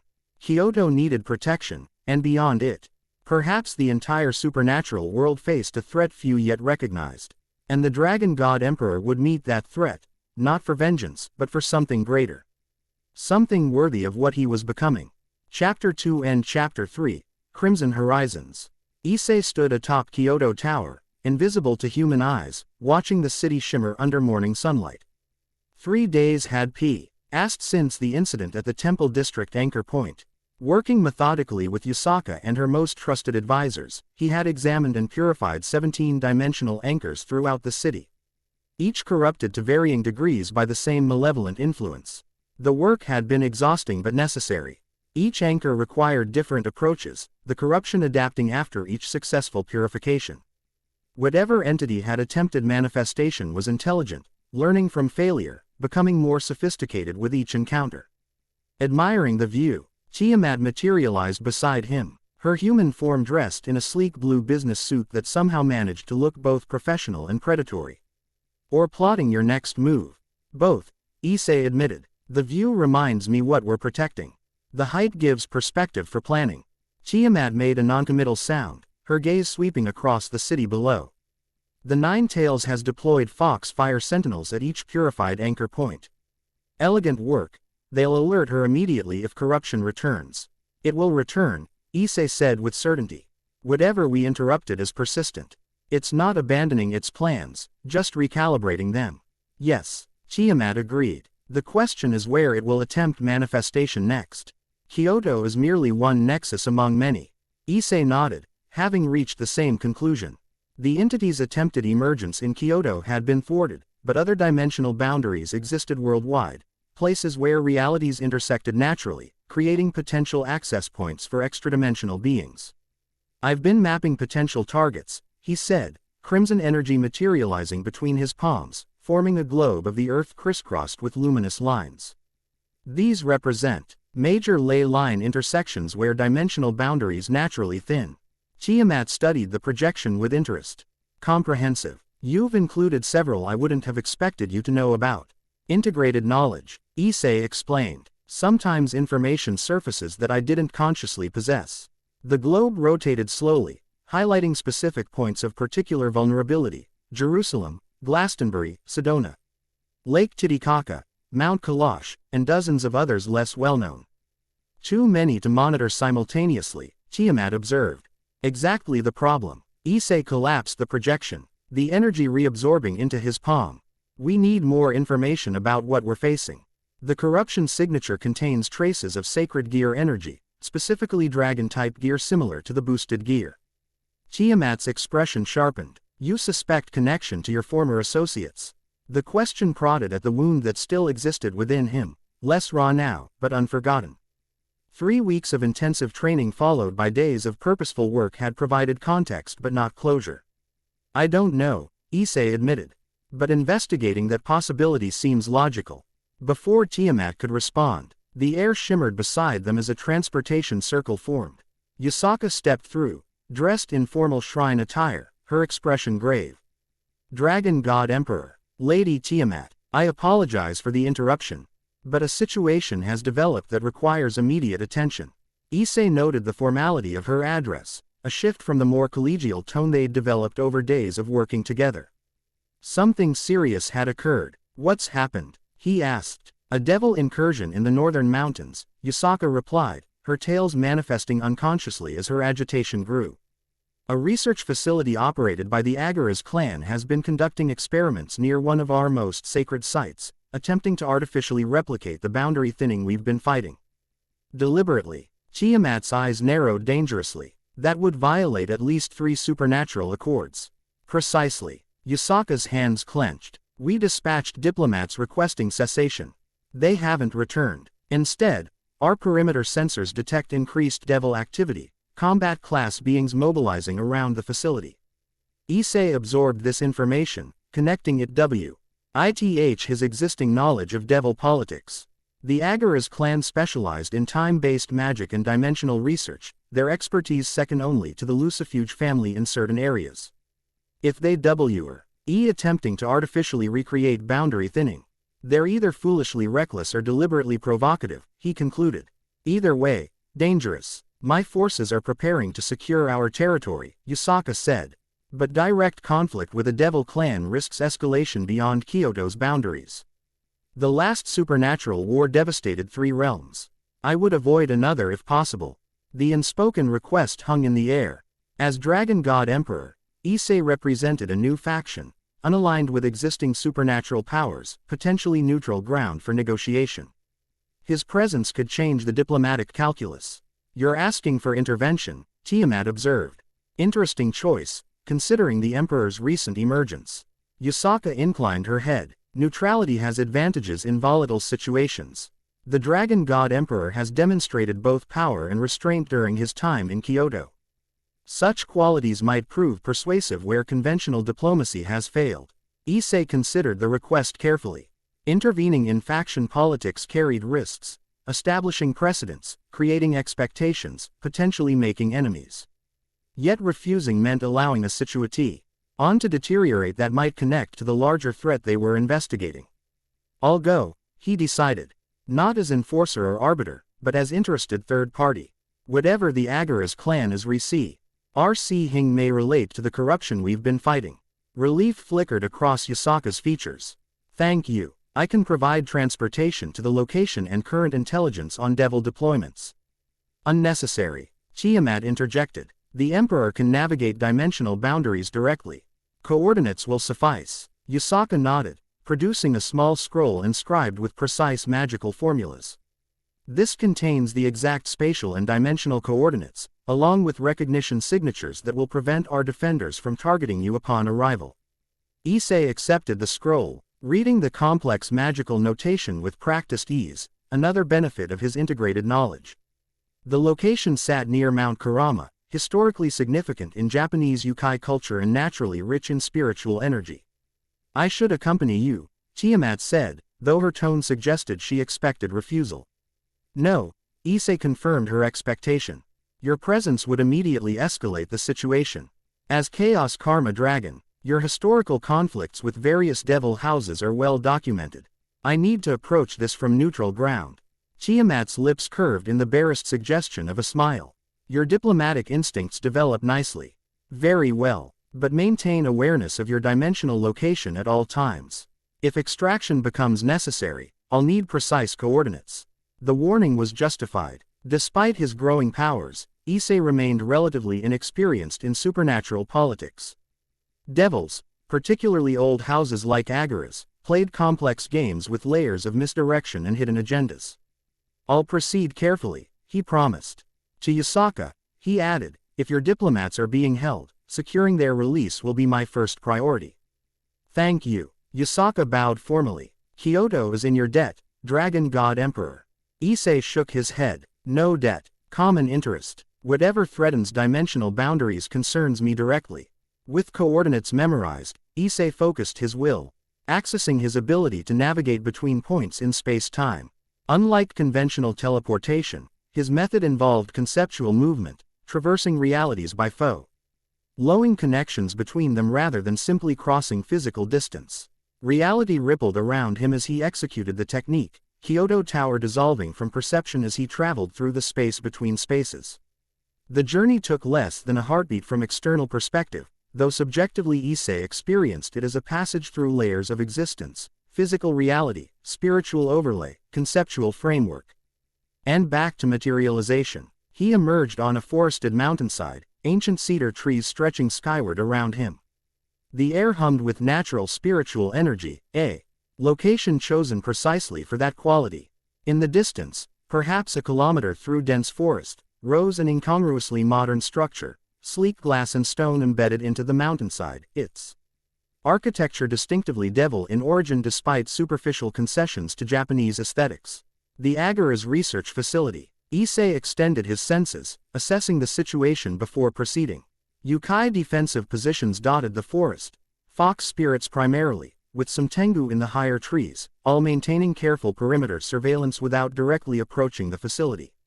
Their caution was warranted, given the devils he detected within and around the structure, at least 30 combat class individuals, their magical signatures indicating high-rank pieces from the Agara's clan's peerage system.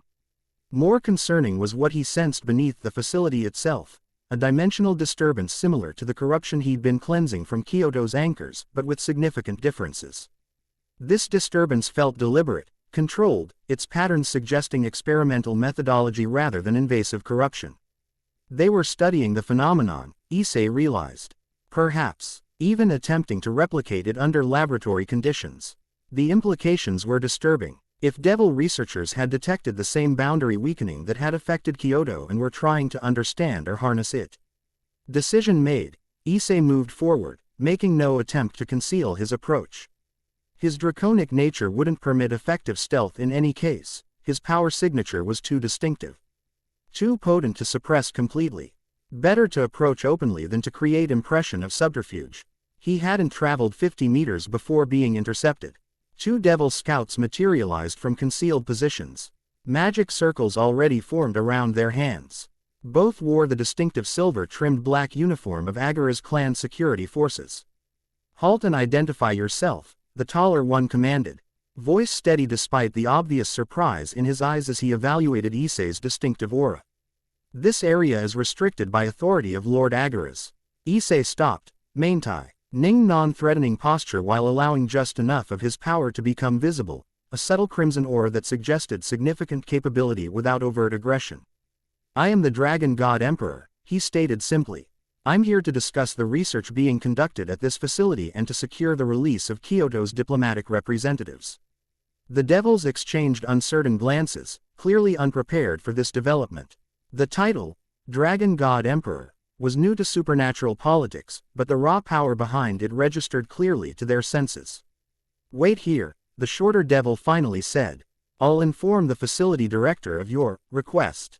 As the scout disappeared in a transportation circle, the remaining devil maintained cautious distance, magic circle still ready though no longer aimed directly at Issei.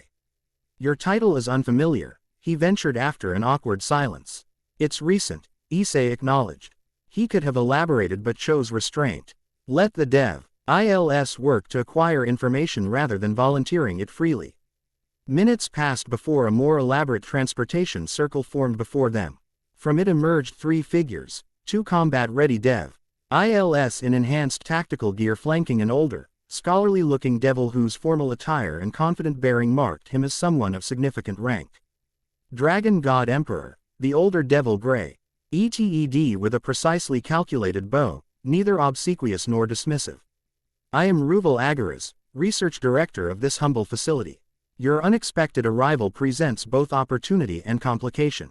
Issei noted the careful phrasing, acknowledgement without commitment, recognition without deference.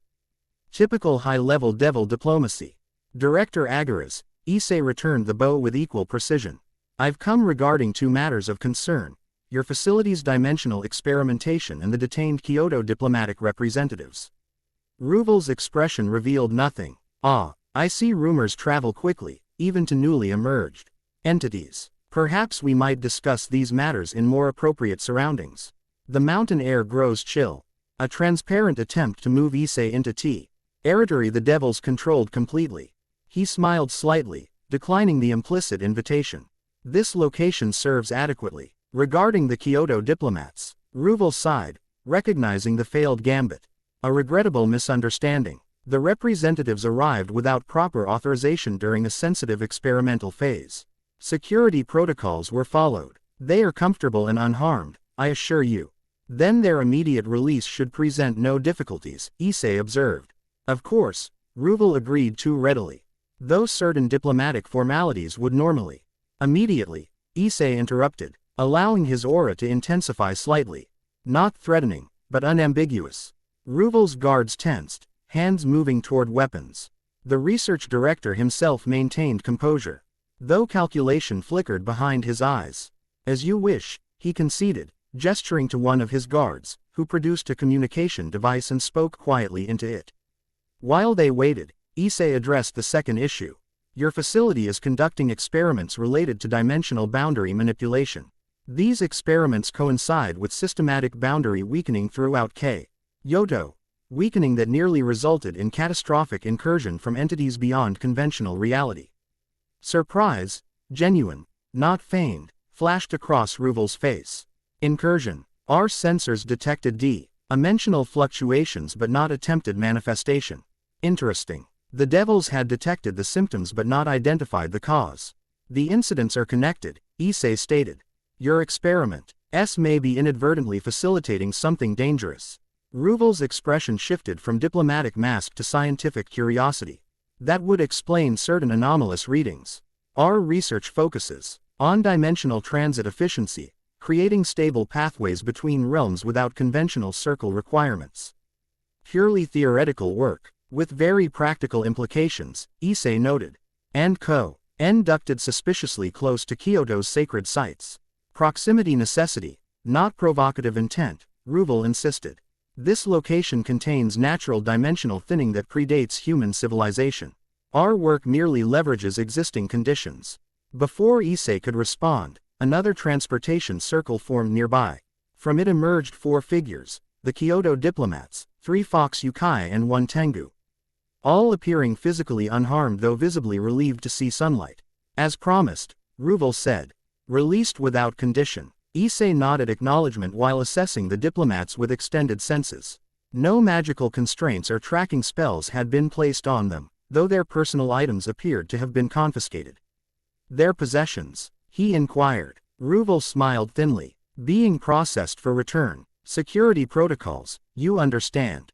Translation. The devils were extracting whatever information they could from the diplomats' personal effects before returning them. Standard procedure. If somewhat discourteous, the diplomats will return to Kyoto immediately, Issei decided. I'll remain to discuss your research in greater detail. He turned to the freed Yukai representatives.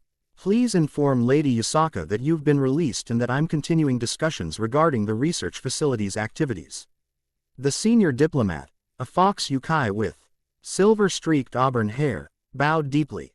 Thank you, Dragon God Emperor. We will convey your message precisely. Ruvel watched this exchange with keen interest, clearly filing away the interaction for later analysis. When the Yukai had departed, transported back to Kyoto territory via prepared talismans, he turned to Issei with renewed evaluation in his gaze. You've established relationship with the Kyoto faction quite rapidly for a newly emerged power, he observed. Fascinating. Mutual interests aligned, Issei replied simply. Now, your research. I need to understand precisely what you're attempting to accomplish and what you've observed regarding dimensional boundary fluctuations. Ruvel hesitated, internal calculation visible in his expression. Devil houses guarded their magical research jealously, considering proprietary knowledge key to maintaining status within the complex hierarchy of the underworld. Sharing details with an unknown entity represented significant political risk, yet denying the self-proclaimed Dragon God Emperor, whose power registered clearly even to preliminary scanning, presented different risks entirely. Perhaps a limited demonstration would be instructive, Ruvel finally offered. Seeing our work might address your concerns more efficiently than abstract explanation. A compromise that allowed the devil to maintain some control while appearing cooperative. Issei considered briefly before nodding agreement. A demonstration would be clarifying. Ruvel smiled with evident relief. Excellent. If you'll permit a transportation circle. The research occurs in specialized chambers with necessary containment measures. Issei allowed himself to be transported, maintaining heightened awareness as they materialized within the facility. The interior matched the exterior's aesthetic. Clean lines and modern efficiency blended with traditional Japanese elements in superficial homage to local culture. Devils in laboratory attire moved purposefully through corridors. Though all paused to stare as Issei passed, his draconic aura impossible to miss in the enclosed space. Their destination was a circular chamber deep within the mountain itself. Equipment of obvious magical purpose lined the walls, instruments for measuring dimensional resonance, containment arrays of sophisticated design, monitoring stations staffed by devils with orderly bearing rather than combat orientation. At the chamber's center stood a vertical ring of dark metal approximately 3 meters in diameter, inscribed with magical formulas Issei recognized as related to spatial manipulation and reality anchoring. The ring hummed with potential energy, though currently inactive. Our primary research apparatus, Ruvel explained with evident pride. Design D to create stable interdimensional apertures without conventional magical expenditure. By harmonizing with natural boundary thinning, we theorize permanent transit points requiring minimal maintenance. Issei studied the device with multiple levels of perception. Its physical construction was impressive enough, materials clearly chosen for specific magical conductivity and dimensional resonance. But its conceptual architecture revealed greater sophistication. The magical formulas weren't merely inscribed but integrated into the metal's very molecular structure. Advanced work, he acknowledged. Though the containment systems seem inadequate for what you're attempting. Ruvel blinked in surprise. You can assess that at a glance. Remarkable. Our calculations indicate 99.7% containment efficiency. For conventional dimensional energies, yes, Issei agreed. But you're not working with conventional energies. The natural thinning you're leveraging contains elements your instruments aren't calibrated to detect. He approached the ring, extending his senses deeper into its structure. The device wasn't inherently flawed, quite the opposite. Its design showed genuine innovation. But, It had been created with incomplete understanding of what existed between dimensions, the entities that dwelled there, and their perpetual hunger for access to material realms. "May I?" he asked, gesturing toward the control console. After brief hesitation, Ruvel nodded to the technician, who stepped aside.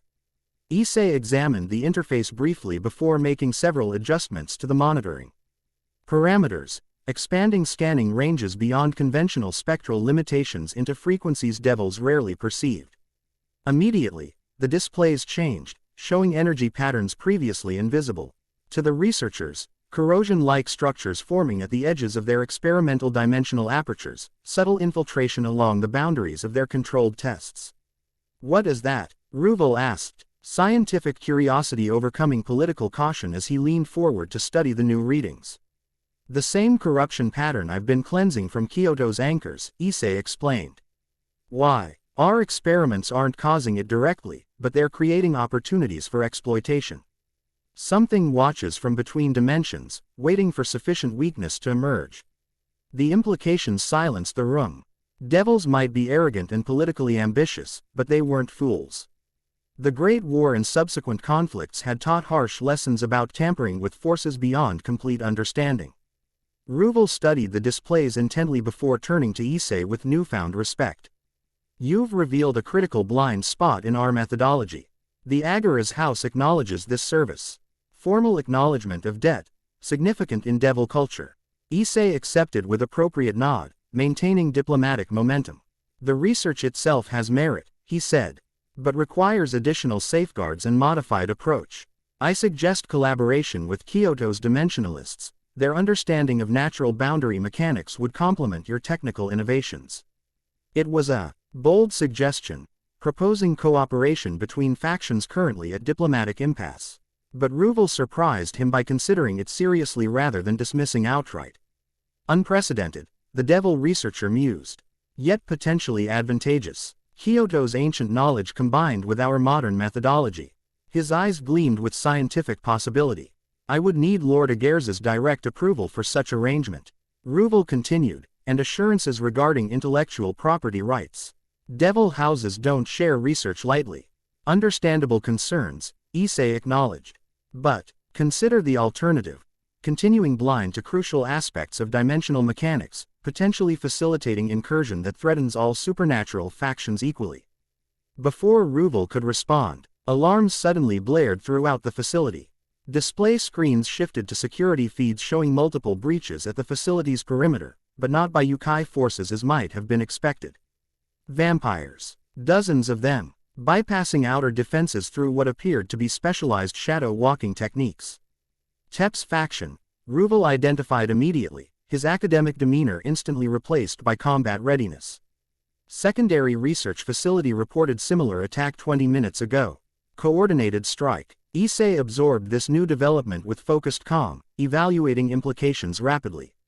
Vampires from the Tep's faction, one of two major vampire houses, attacking devil research facilities conducting dimensional experiments.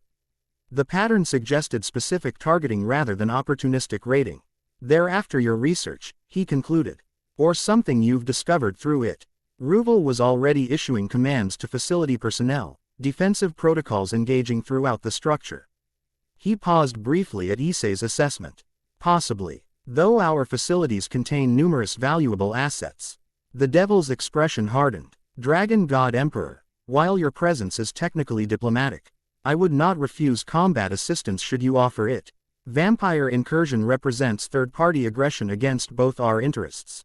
An elegant way of requesting help without formally asking for it." Issei considered briefly before nodding. "I'll assist in containment and determining their objective.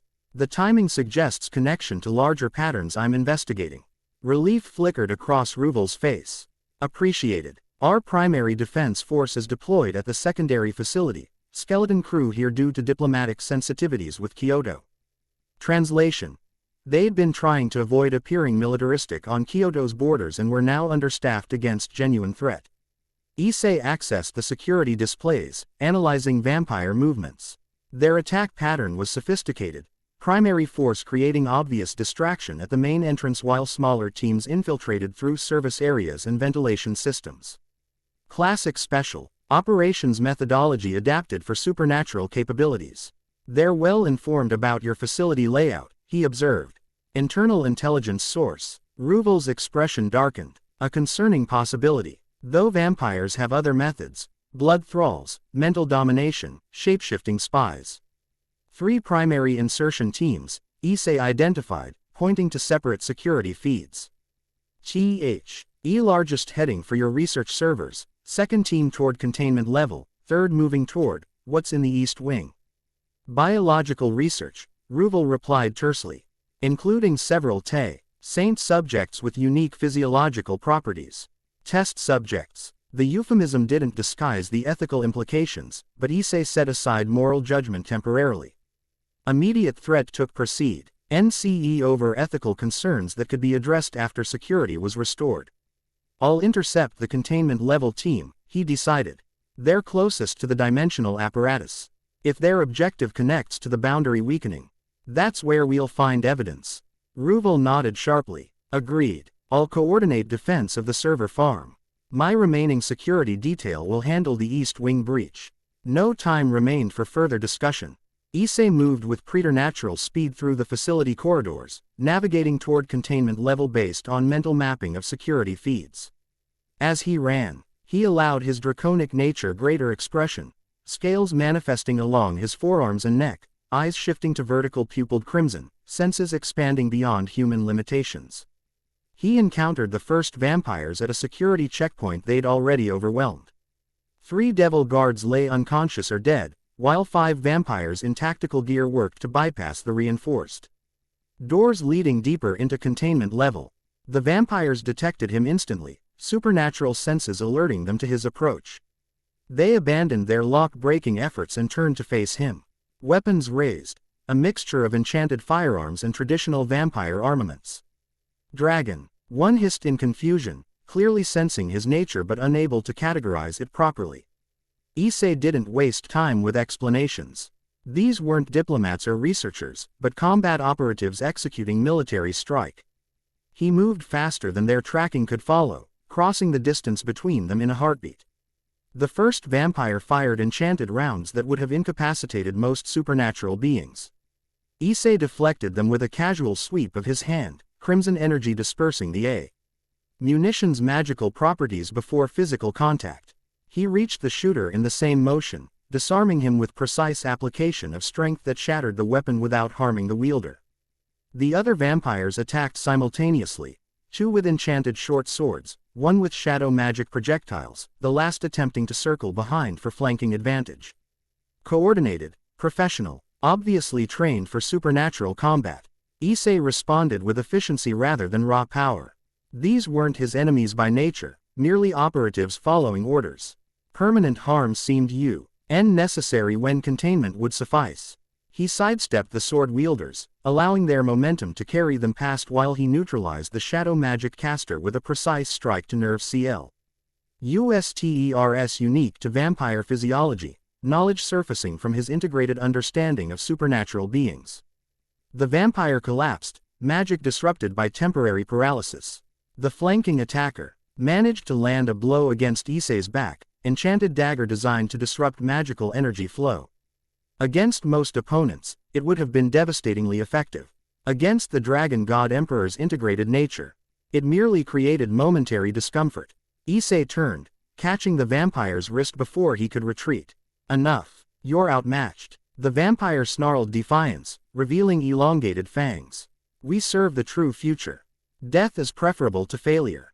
With his free hand, the vampire triggered some form of magical device on his tactical vest. Recognizing suicide protocol, Issei reacted instantly, encasing them both in containment field of crimson energy. The device detonated within the field, its destructive force compressed and neutralized rather than released. When the energy dispersed, the vampire stared in shock at his continued existence. Issei released his wrist, expression stern. Death serves nothing. Intelligence serves everything. Remember that. The sword wielders had recovered and attacked again, this time with coordinated precision that suggested extensive combat experience. Issei countered with minimal movement, using their own momentum against them. Within seconds, all 5 vampires lay incapacitated but alive, bound in crimson energy restraints that adapted to prevent their various escape techniques, shadow walking, mist transformation, or enhanced strength. One of the fallen devil guards groaned, regaining consciousness. Issei checked him briefly, injured but not critically, before proceeding through the security doors the vampires had been attempting to breach. Whatever lay beyond clearly represented their primary objective on this level. The containment sector beyond consisted of heavily reinforced chambers designed to house dangerous magical artifacts or entities. Most stood empty, but at the corridor's end, a specialized containment unit hummed with active suppression fields. Unlike the others, this unit featured both ICAL and technological security measures, retinal scanners, enchanted key locks, and blood signature verification. The vampires had been specifically targeting this chamber. The question was why. Issei approached cautiously, extending his senses through the containment barriers. Within, he detected a magical signature unlike anything he'd previously encountered, not inherently hostile like the core. Rupting entity from Kyoto's anchor point, but definitely not devil in origin either. The energy pattern contained both vampiric elements and something else, sacred, almost holy in nature. The contradiction intrigued him. Vampires, like devils, typically suffered adverse reactions to holy energy. For a being to contain both. Decision made, Issei bypassed the security systems using his Dimensiona L manipulation abilities, not forcing them, but temporarily phasing through the space they protected. It wasn't something most beings could accomplish, but his unique nature allowed perception and navigation of spaces between conventional reality. Inside the containment chamber, he found not an artifact but a person, a young woman with platinum blonde hair and pale features, suspended in stasis phi. LD that preserved her in unconscious state. Monitoring equipment surrounded her, collecting data on her physiological and magical functions without her awareness or consent. A test subject, as Ruvel had euphemistically described. In reality, a prisoner. Issei accessed the monitoring systems, reviewing data to understand who she was and why both devils and vampires considered her valuable enough to fight over. The information shocked him. She was Valerie Tepes, Dhampir descendant of vampire nobility, and wielder of a Longinus-class sacred gear, Sephiroth Graal, the Holy Grail. One of the most powerful sacred gears in existence, a holy relic capable of affecting life and death themselves. No wonder the devils were researching her. No wonder the vampires wanted her back. Ethical complexity compounded the tactical situation. The devils were clearly holding her against her will, experimenting on her sacred gear's properties. The vampires ostensibly wanted to rescue her, but given their willingness to sacrifice operatives, their motivations seemed equally exploitative. As Issei considered options, an explosion rocked the facility, much larger than the suicide device he'd contained earlier. The lights flickered momentarily before emergency systems engaged. Through the walls, his enhanced hearing detected intensified combat throughout the structure. The decision crystallized. Whatever political complications might result, leaving this young woman imprisoned served neither justice nor his investigation into boundary corruption. If her Longinus had connection to the dimensional weakening, and the timing of the vampire attack suggested possible links, then securing her cooperation through legitimate means would prove more productive than analyzing her like a laboratory specimen. Issei deactivated the stasis field carefully, ensuring the process wouldn't harm its occupant. As the field dissipated, Valerie Tepes opened her eyes, unusual eyes, one blood red like typical vampires. The other an impossible blue that seemed to contain depth beyond physical dimension. She focused on him with initial confusion that rapidly shifted to wary assessment. "You're not devil," she said, voice raspy from disuse. "Not vampire either. What are you?" "Dragon God Emperor," Issei replied simply, offering his hand to help her from the suspension apparatus. "The facility is under attack. Vampires from the Tepes faction." Valerie tensed visibly at the mention of her family name. "They've found me again. I won't go back to them." Interesting. Not the response expected from me one being rescued by her own faction. "You escaped from them originally. They were using me," Valerie said bitterly, accepting his help to stand while eyeing the exit warily. "Draining my sacred gear's power for their experiments. When it nearly killed me, I ran. The devils caught me crossing their territory. She steadied herself against a monitoring station, clearly weakened from extended stasis. Different captors, same purpose. Everyone wants the Grail's power, not the person holding it. The words resonated unexpectedly with Issei's own experience, valued for power rather than personhood. Used for ability rather than respected for self. The parallel created immediate empathy despite their different circumstances. I understand more than you might think, he told her. I can help you escape both factions. If that's what you want. Hope and suspicion warred in her mismatched eyes. Why would you help me? Everyone wants something. Information. Eventually, Issei admitted candidly. I'm investigating dimensional boundary weakening that may connect to Longinus-class sacred gears. But information freely given, not forcibly taken. Your cooperation, not your captivity. Another explosion, closer this time, emphasized the urgency of decision. Valerie glanced toward the sound, then back to Issei, calculation evident in her expression. Even if I wanted to trust you, I'm too weak to travel far. She said pragmatically. The stasis field maintained my condition but didn't restore my strength. Using my sacred gear now would risk collapse. I can protect you, Issei assured her. But we need to move now. Before, the chamber door exploded inward, magical defenses shredded by concentrated shadow magic. Through the smoke stepped a tall, aristocratic vampire whose power signature registered far above the combat operatives Issei had neutralized earlier. Well, the newcomer drawled, crimson eyes fixed on Valerie. Our wayward princess, and her unlikely rescuer. How convenient. Valerie shrank back, genuine fear evident in her posture.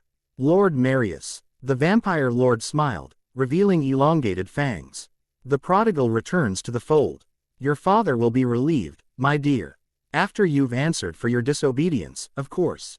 Issei positioned himself between Valerie and the vampire lord, assessing this new threat.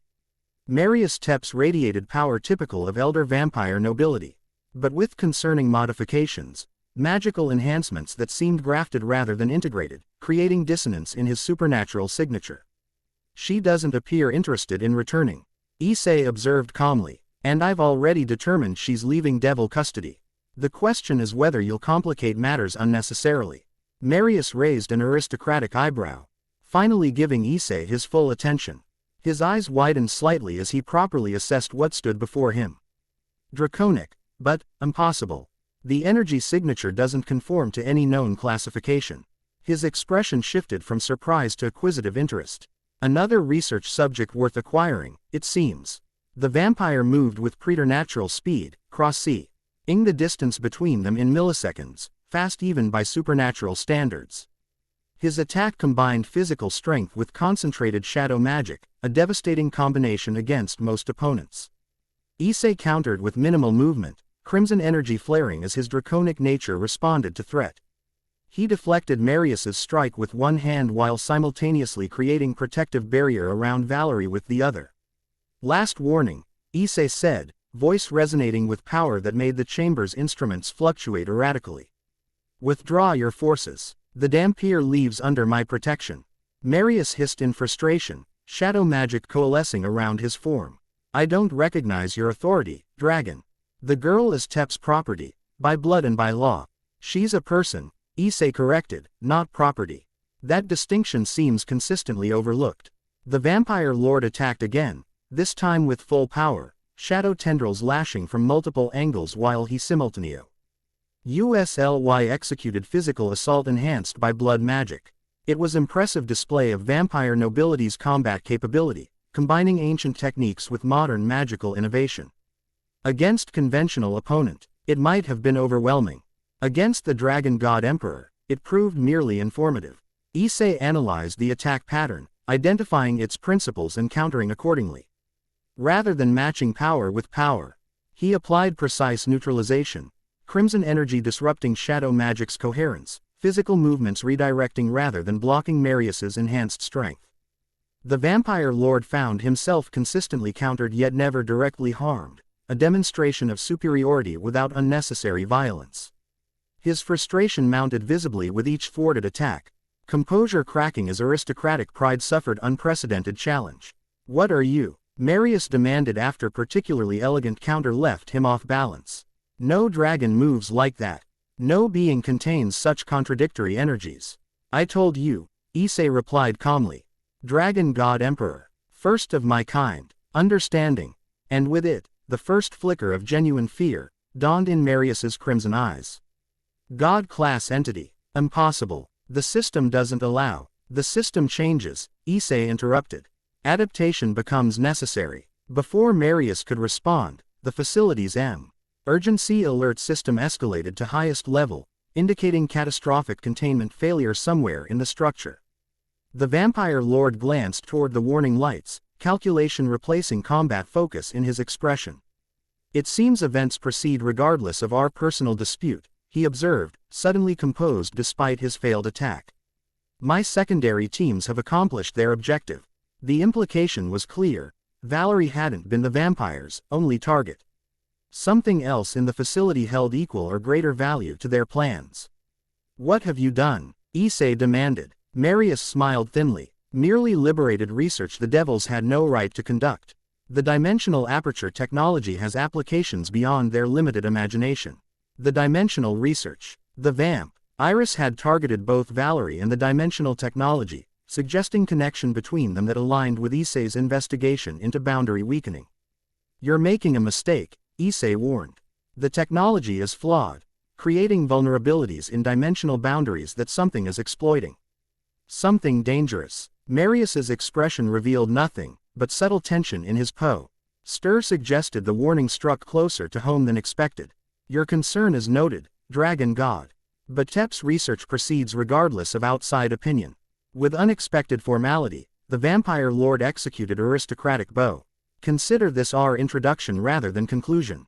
We will meet again, under circumstances of my choosing rather than happenstance. Before Issei could respond, Arius activated transportation talisman unlike any he'd previously encountered. Not standard magical circle but something that tore momentary hole in reality itself. The vampire lord stepped backward into the anomaly, which sealed instantly behind him with dissonant energy signature that left lingering distortion in the chamber's atmosphere. Dimensional aperture technology, Valerie said quietly from within her protective barrier. That's what they're really after. My sacred gear was just convenient secondary target. Issei turned to her, dissolving the protective barrier now that immediate threat had passed. The technology connects to your sacred gear somehow.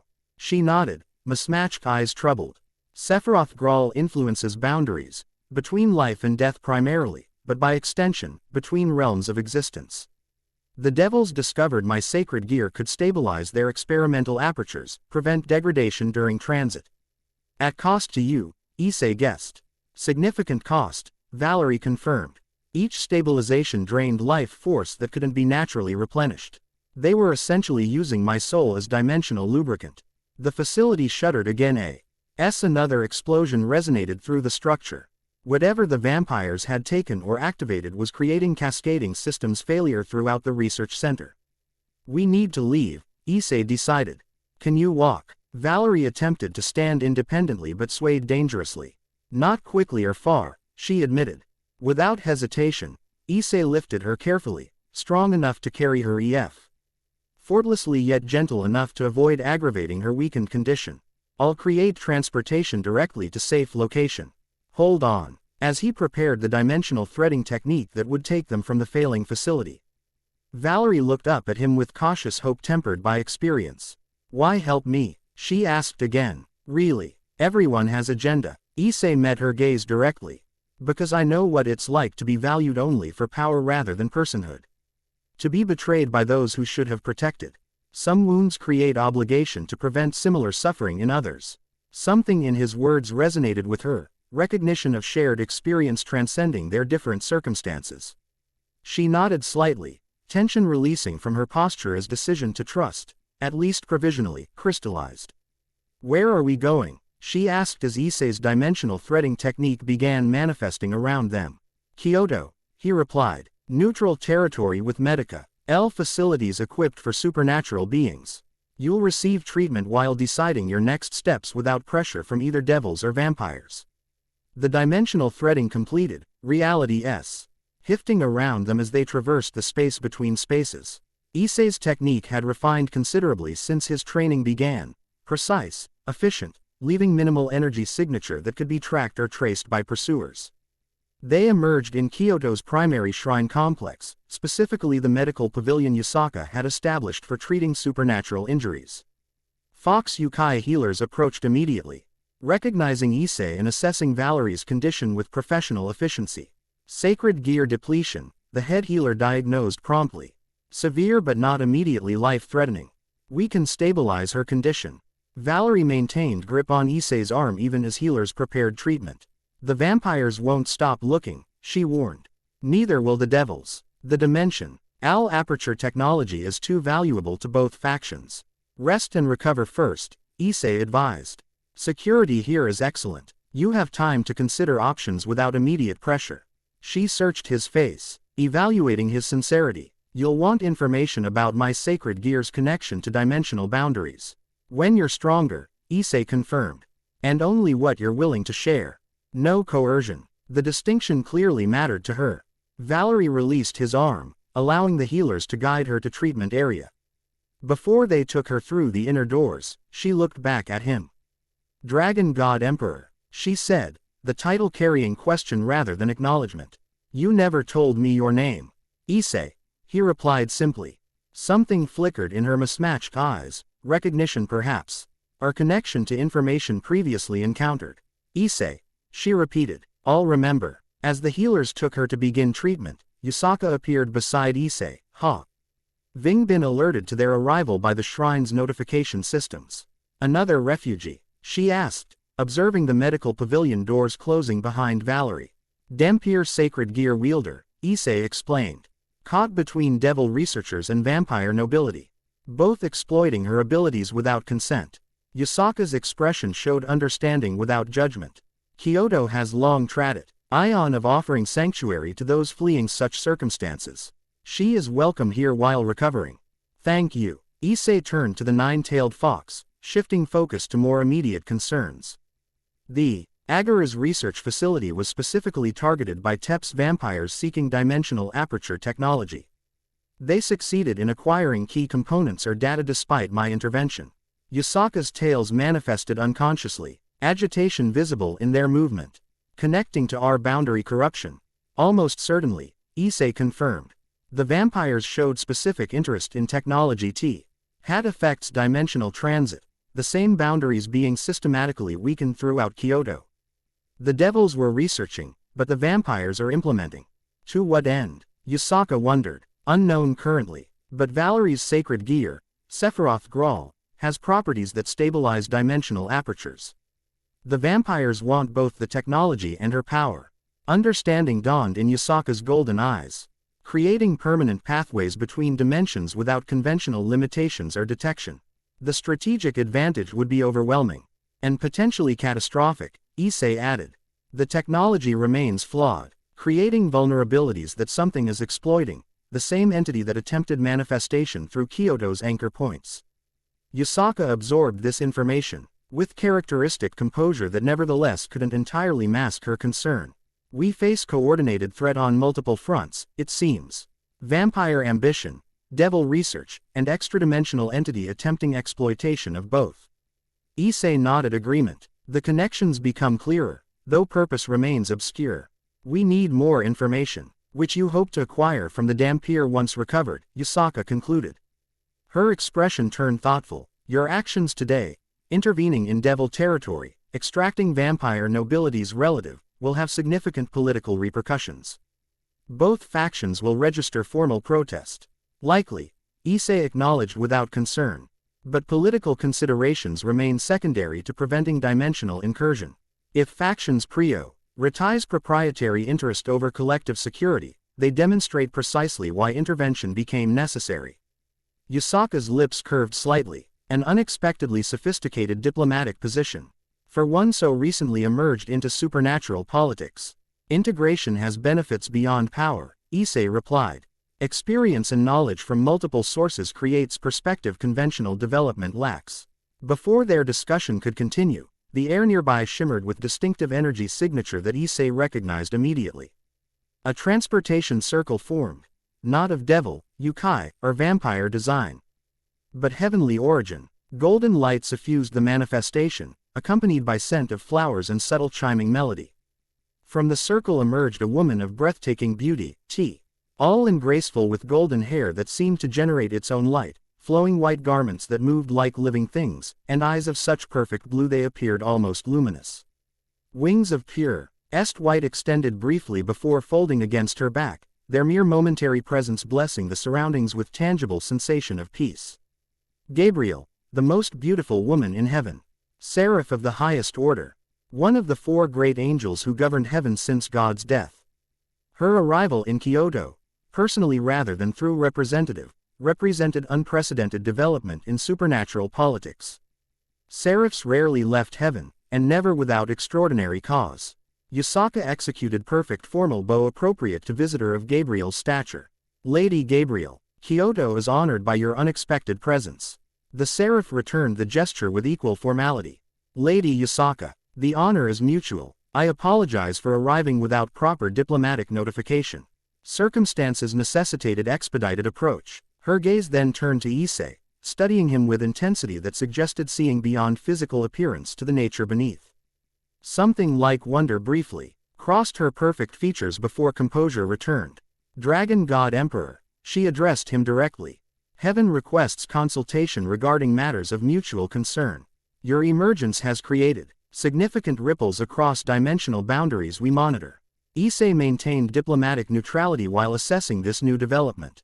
Heaven's interest was neither unexpected nor inherently threatening, but its timing, immediately following vampire incursion and his intervention at Devil Research Facility, suggested coordinated observation rather than coincidental awareness. I'm available for consultation, he replied evenly. Though currently engaged in ongoing investigation with the Kyoto faction regarding dimensional boundary corruption. Gabriel nodded understanding. The boundary weakening phenomenon is precisely what prompts Heaven's interest. Our observations suggest pattern beyond regional manifestation, global concerns requiring collaborative response. She glanced briefly at Yusaka. With respect to existing alliance, of course. The 9-tailed fox leader inclined her head graciously. Kyoto recognizes Heaven's legitimate interest in dimensional stability. Collaboration serves all our interests. Diplomatic formulations aside, the situation had clearly escalated beyond regional concern. Heaven's direct involvement indicated the dimensional boundary corruption had reached threshold requiring response from highest supernatural authorities. Perhaps we should continue this discussion more privately, Yusaka suggested, gesturing toward the main shrine building. The medical pavilion courtyard lacks appropriate security for matters of this sensitivity. Gabriel accepted with graceful nod. As they walked toward more secure location, Issei considered the raw PID evolution of events, from personal training in Tiamat's domain to involvement in multi-faction supernatural crisis in mere days. The pattern suggested orchestration beyond coincidence, connections, forming constellation that revealed deliberate design.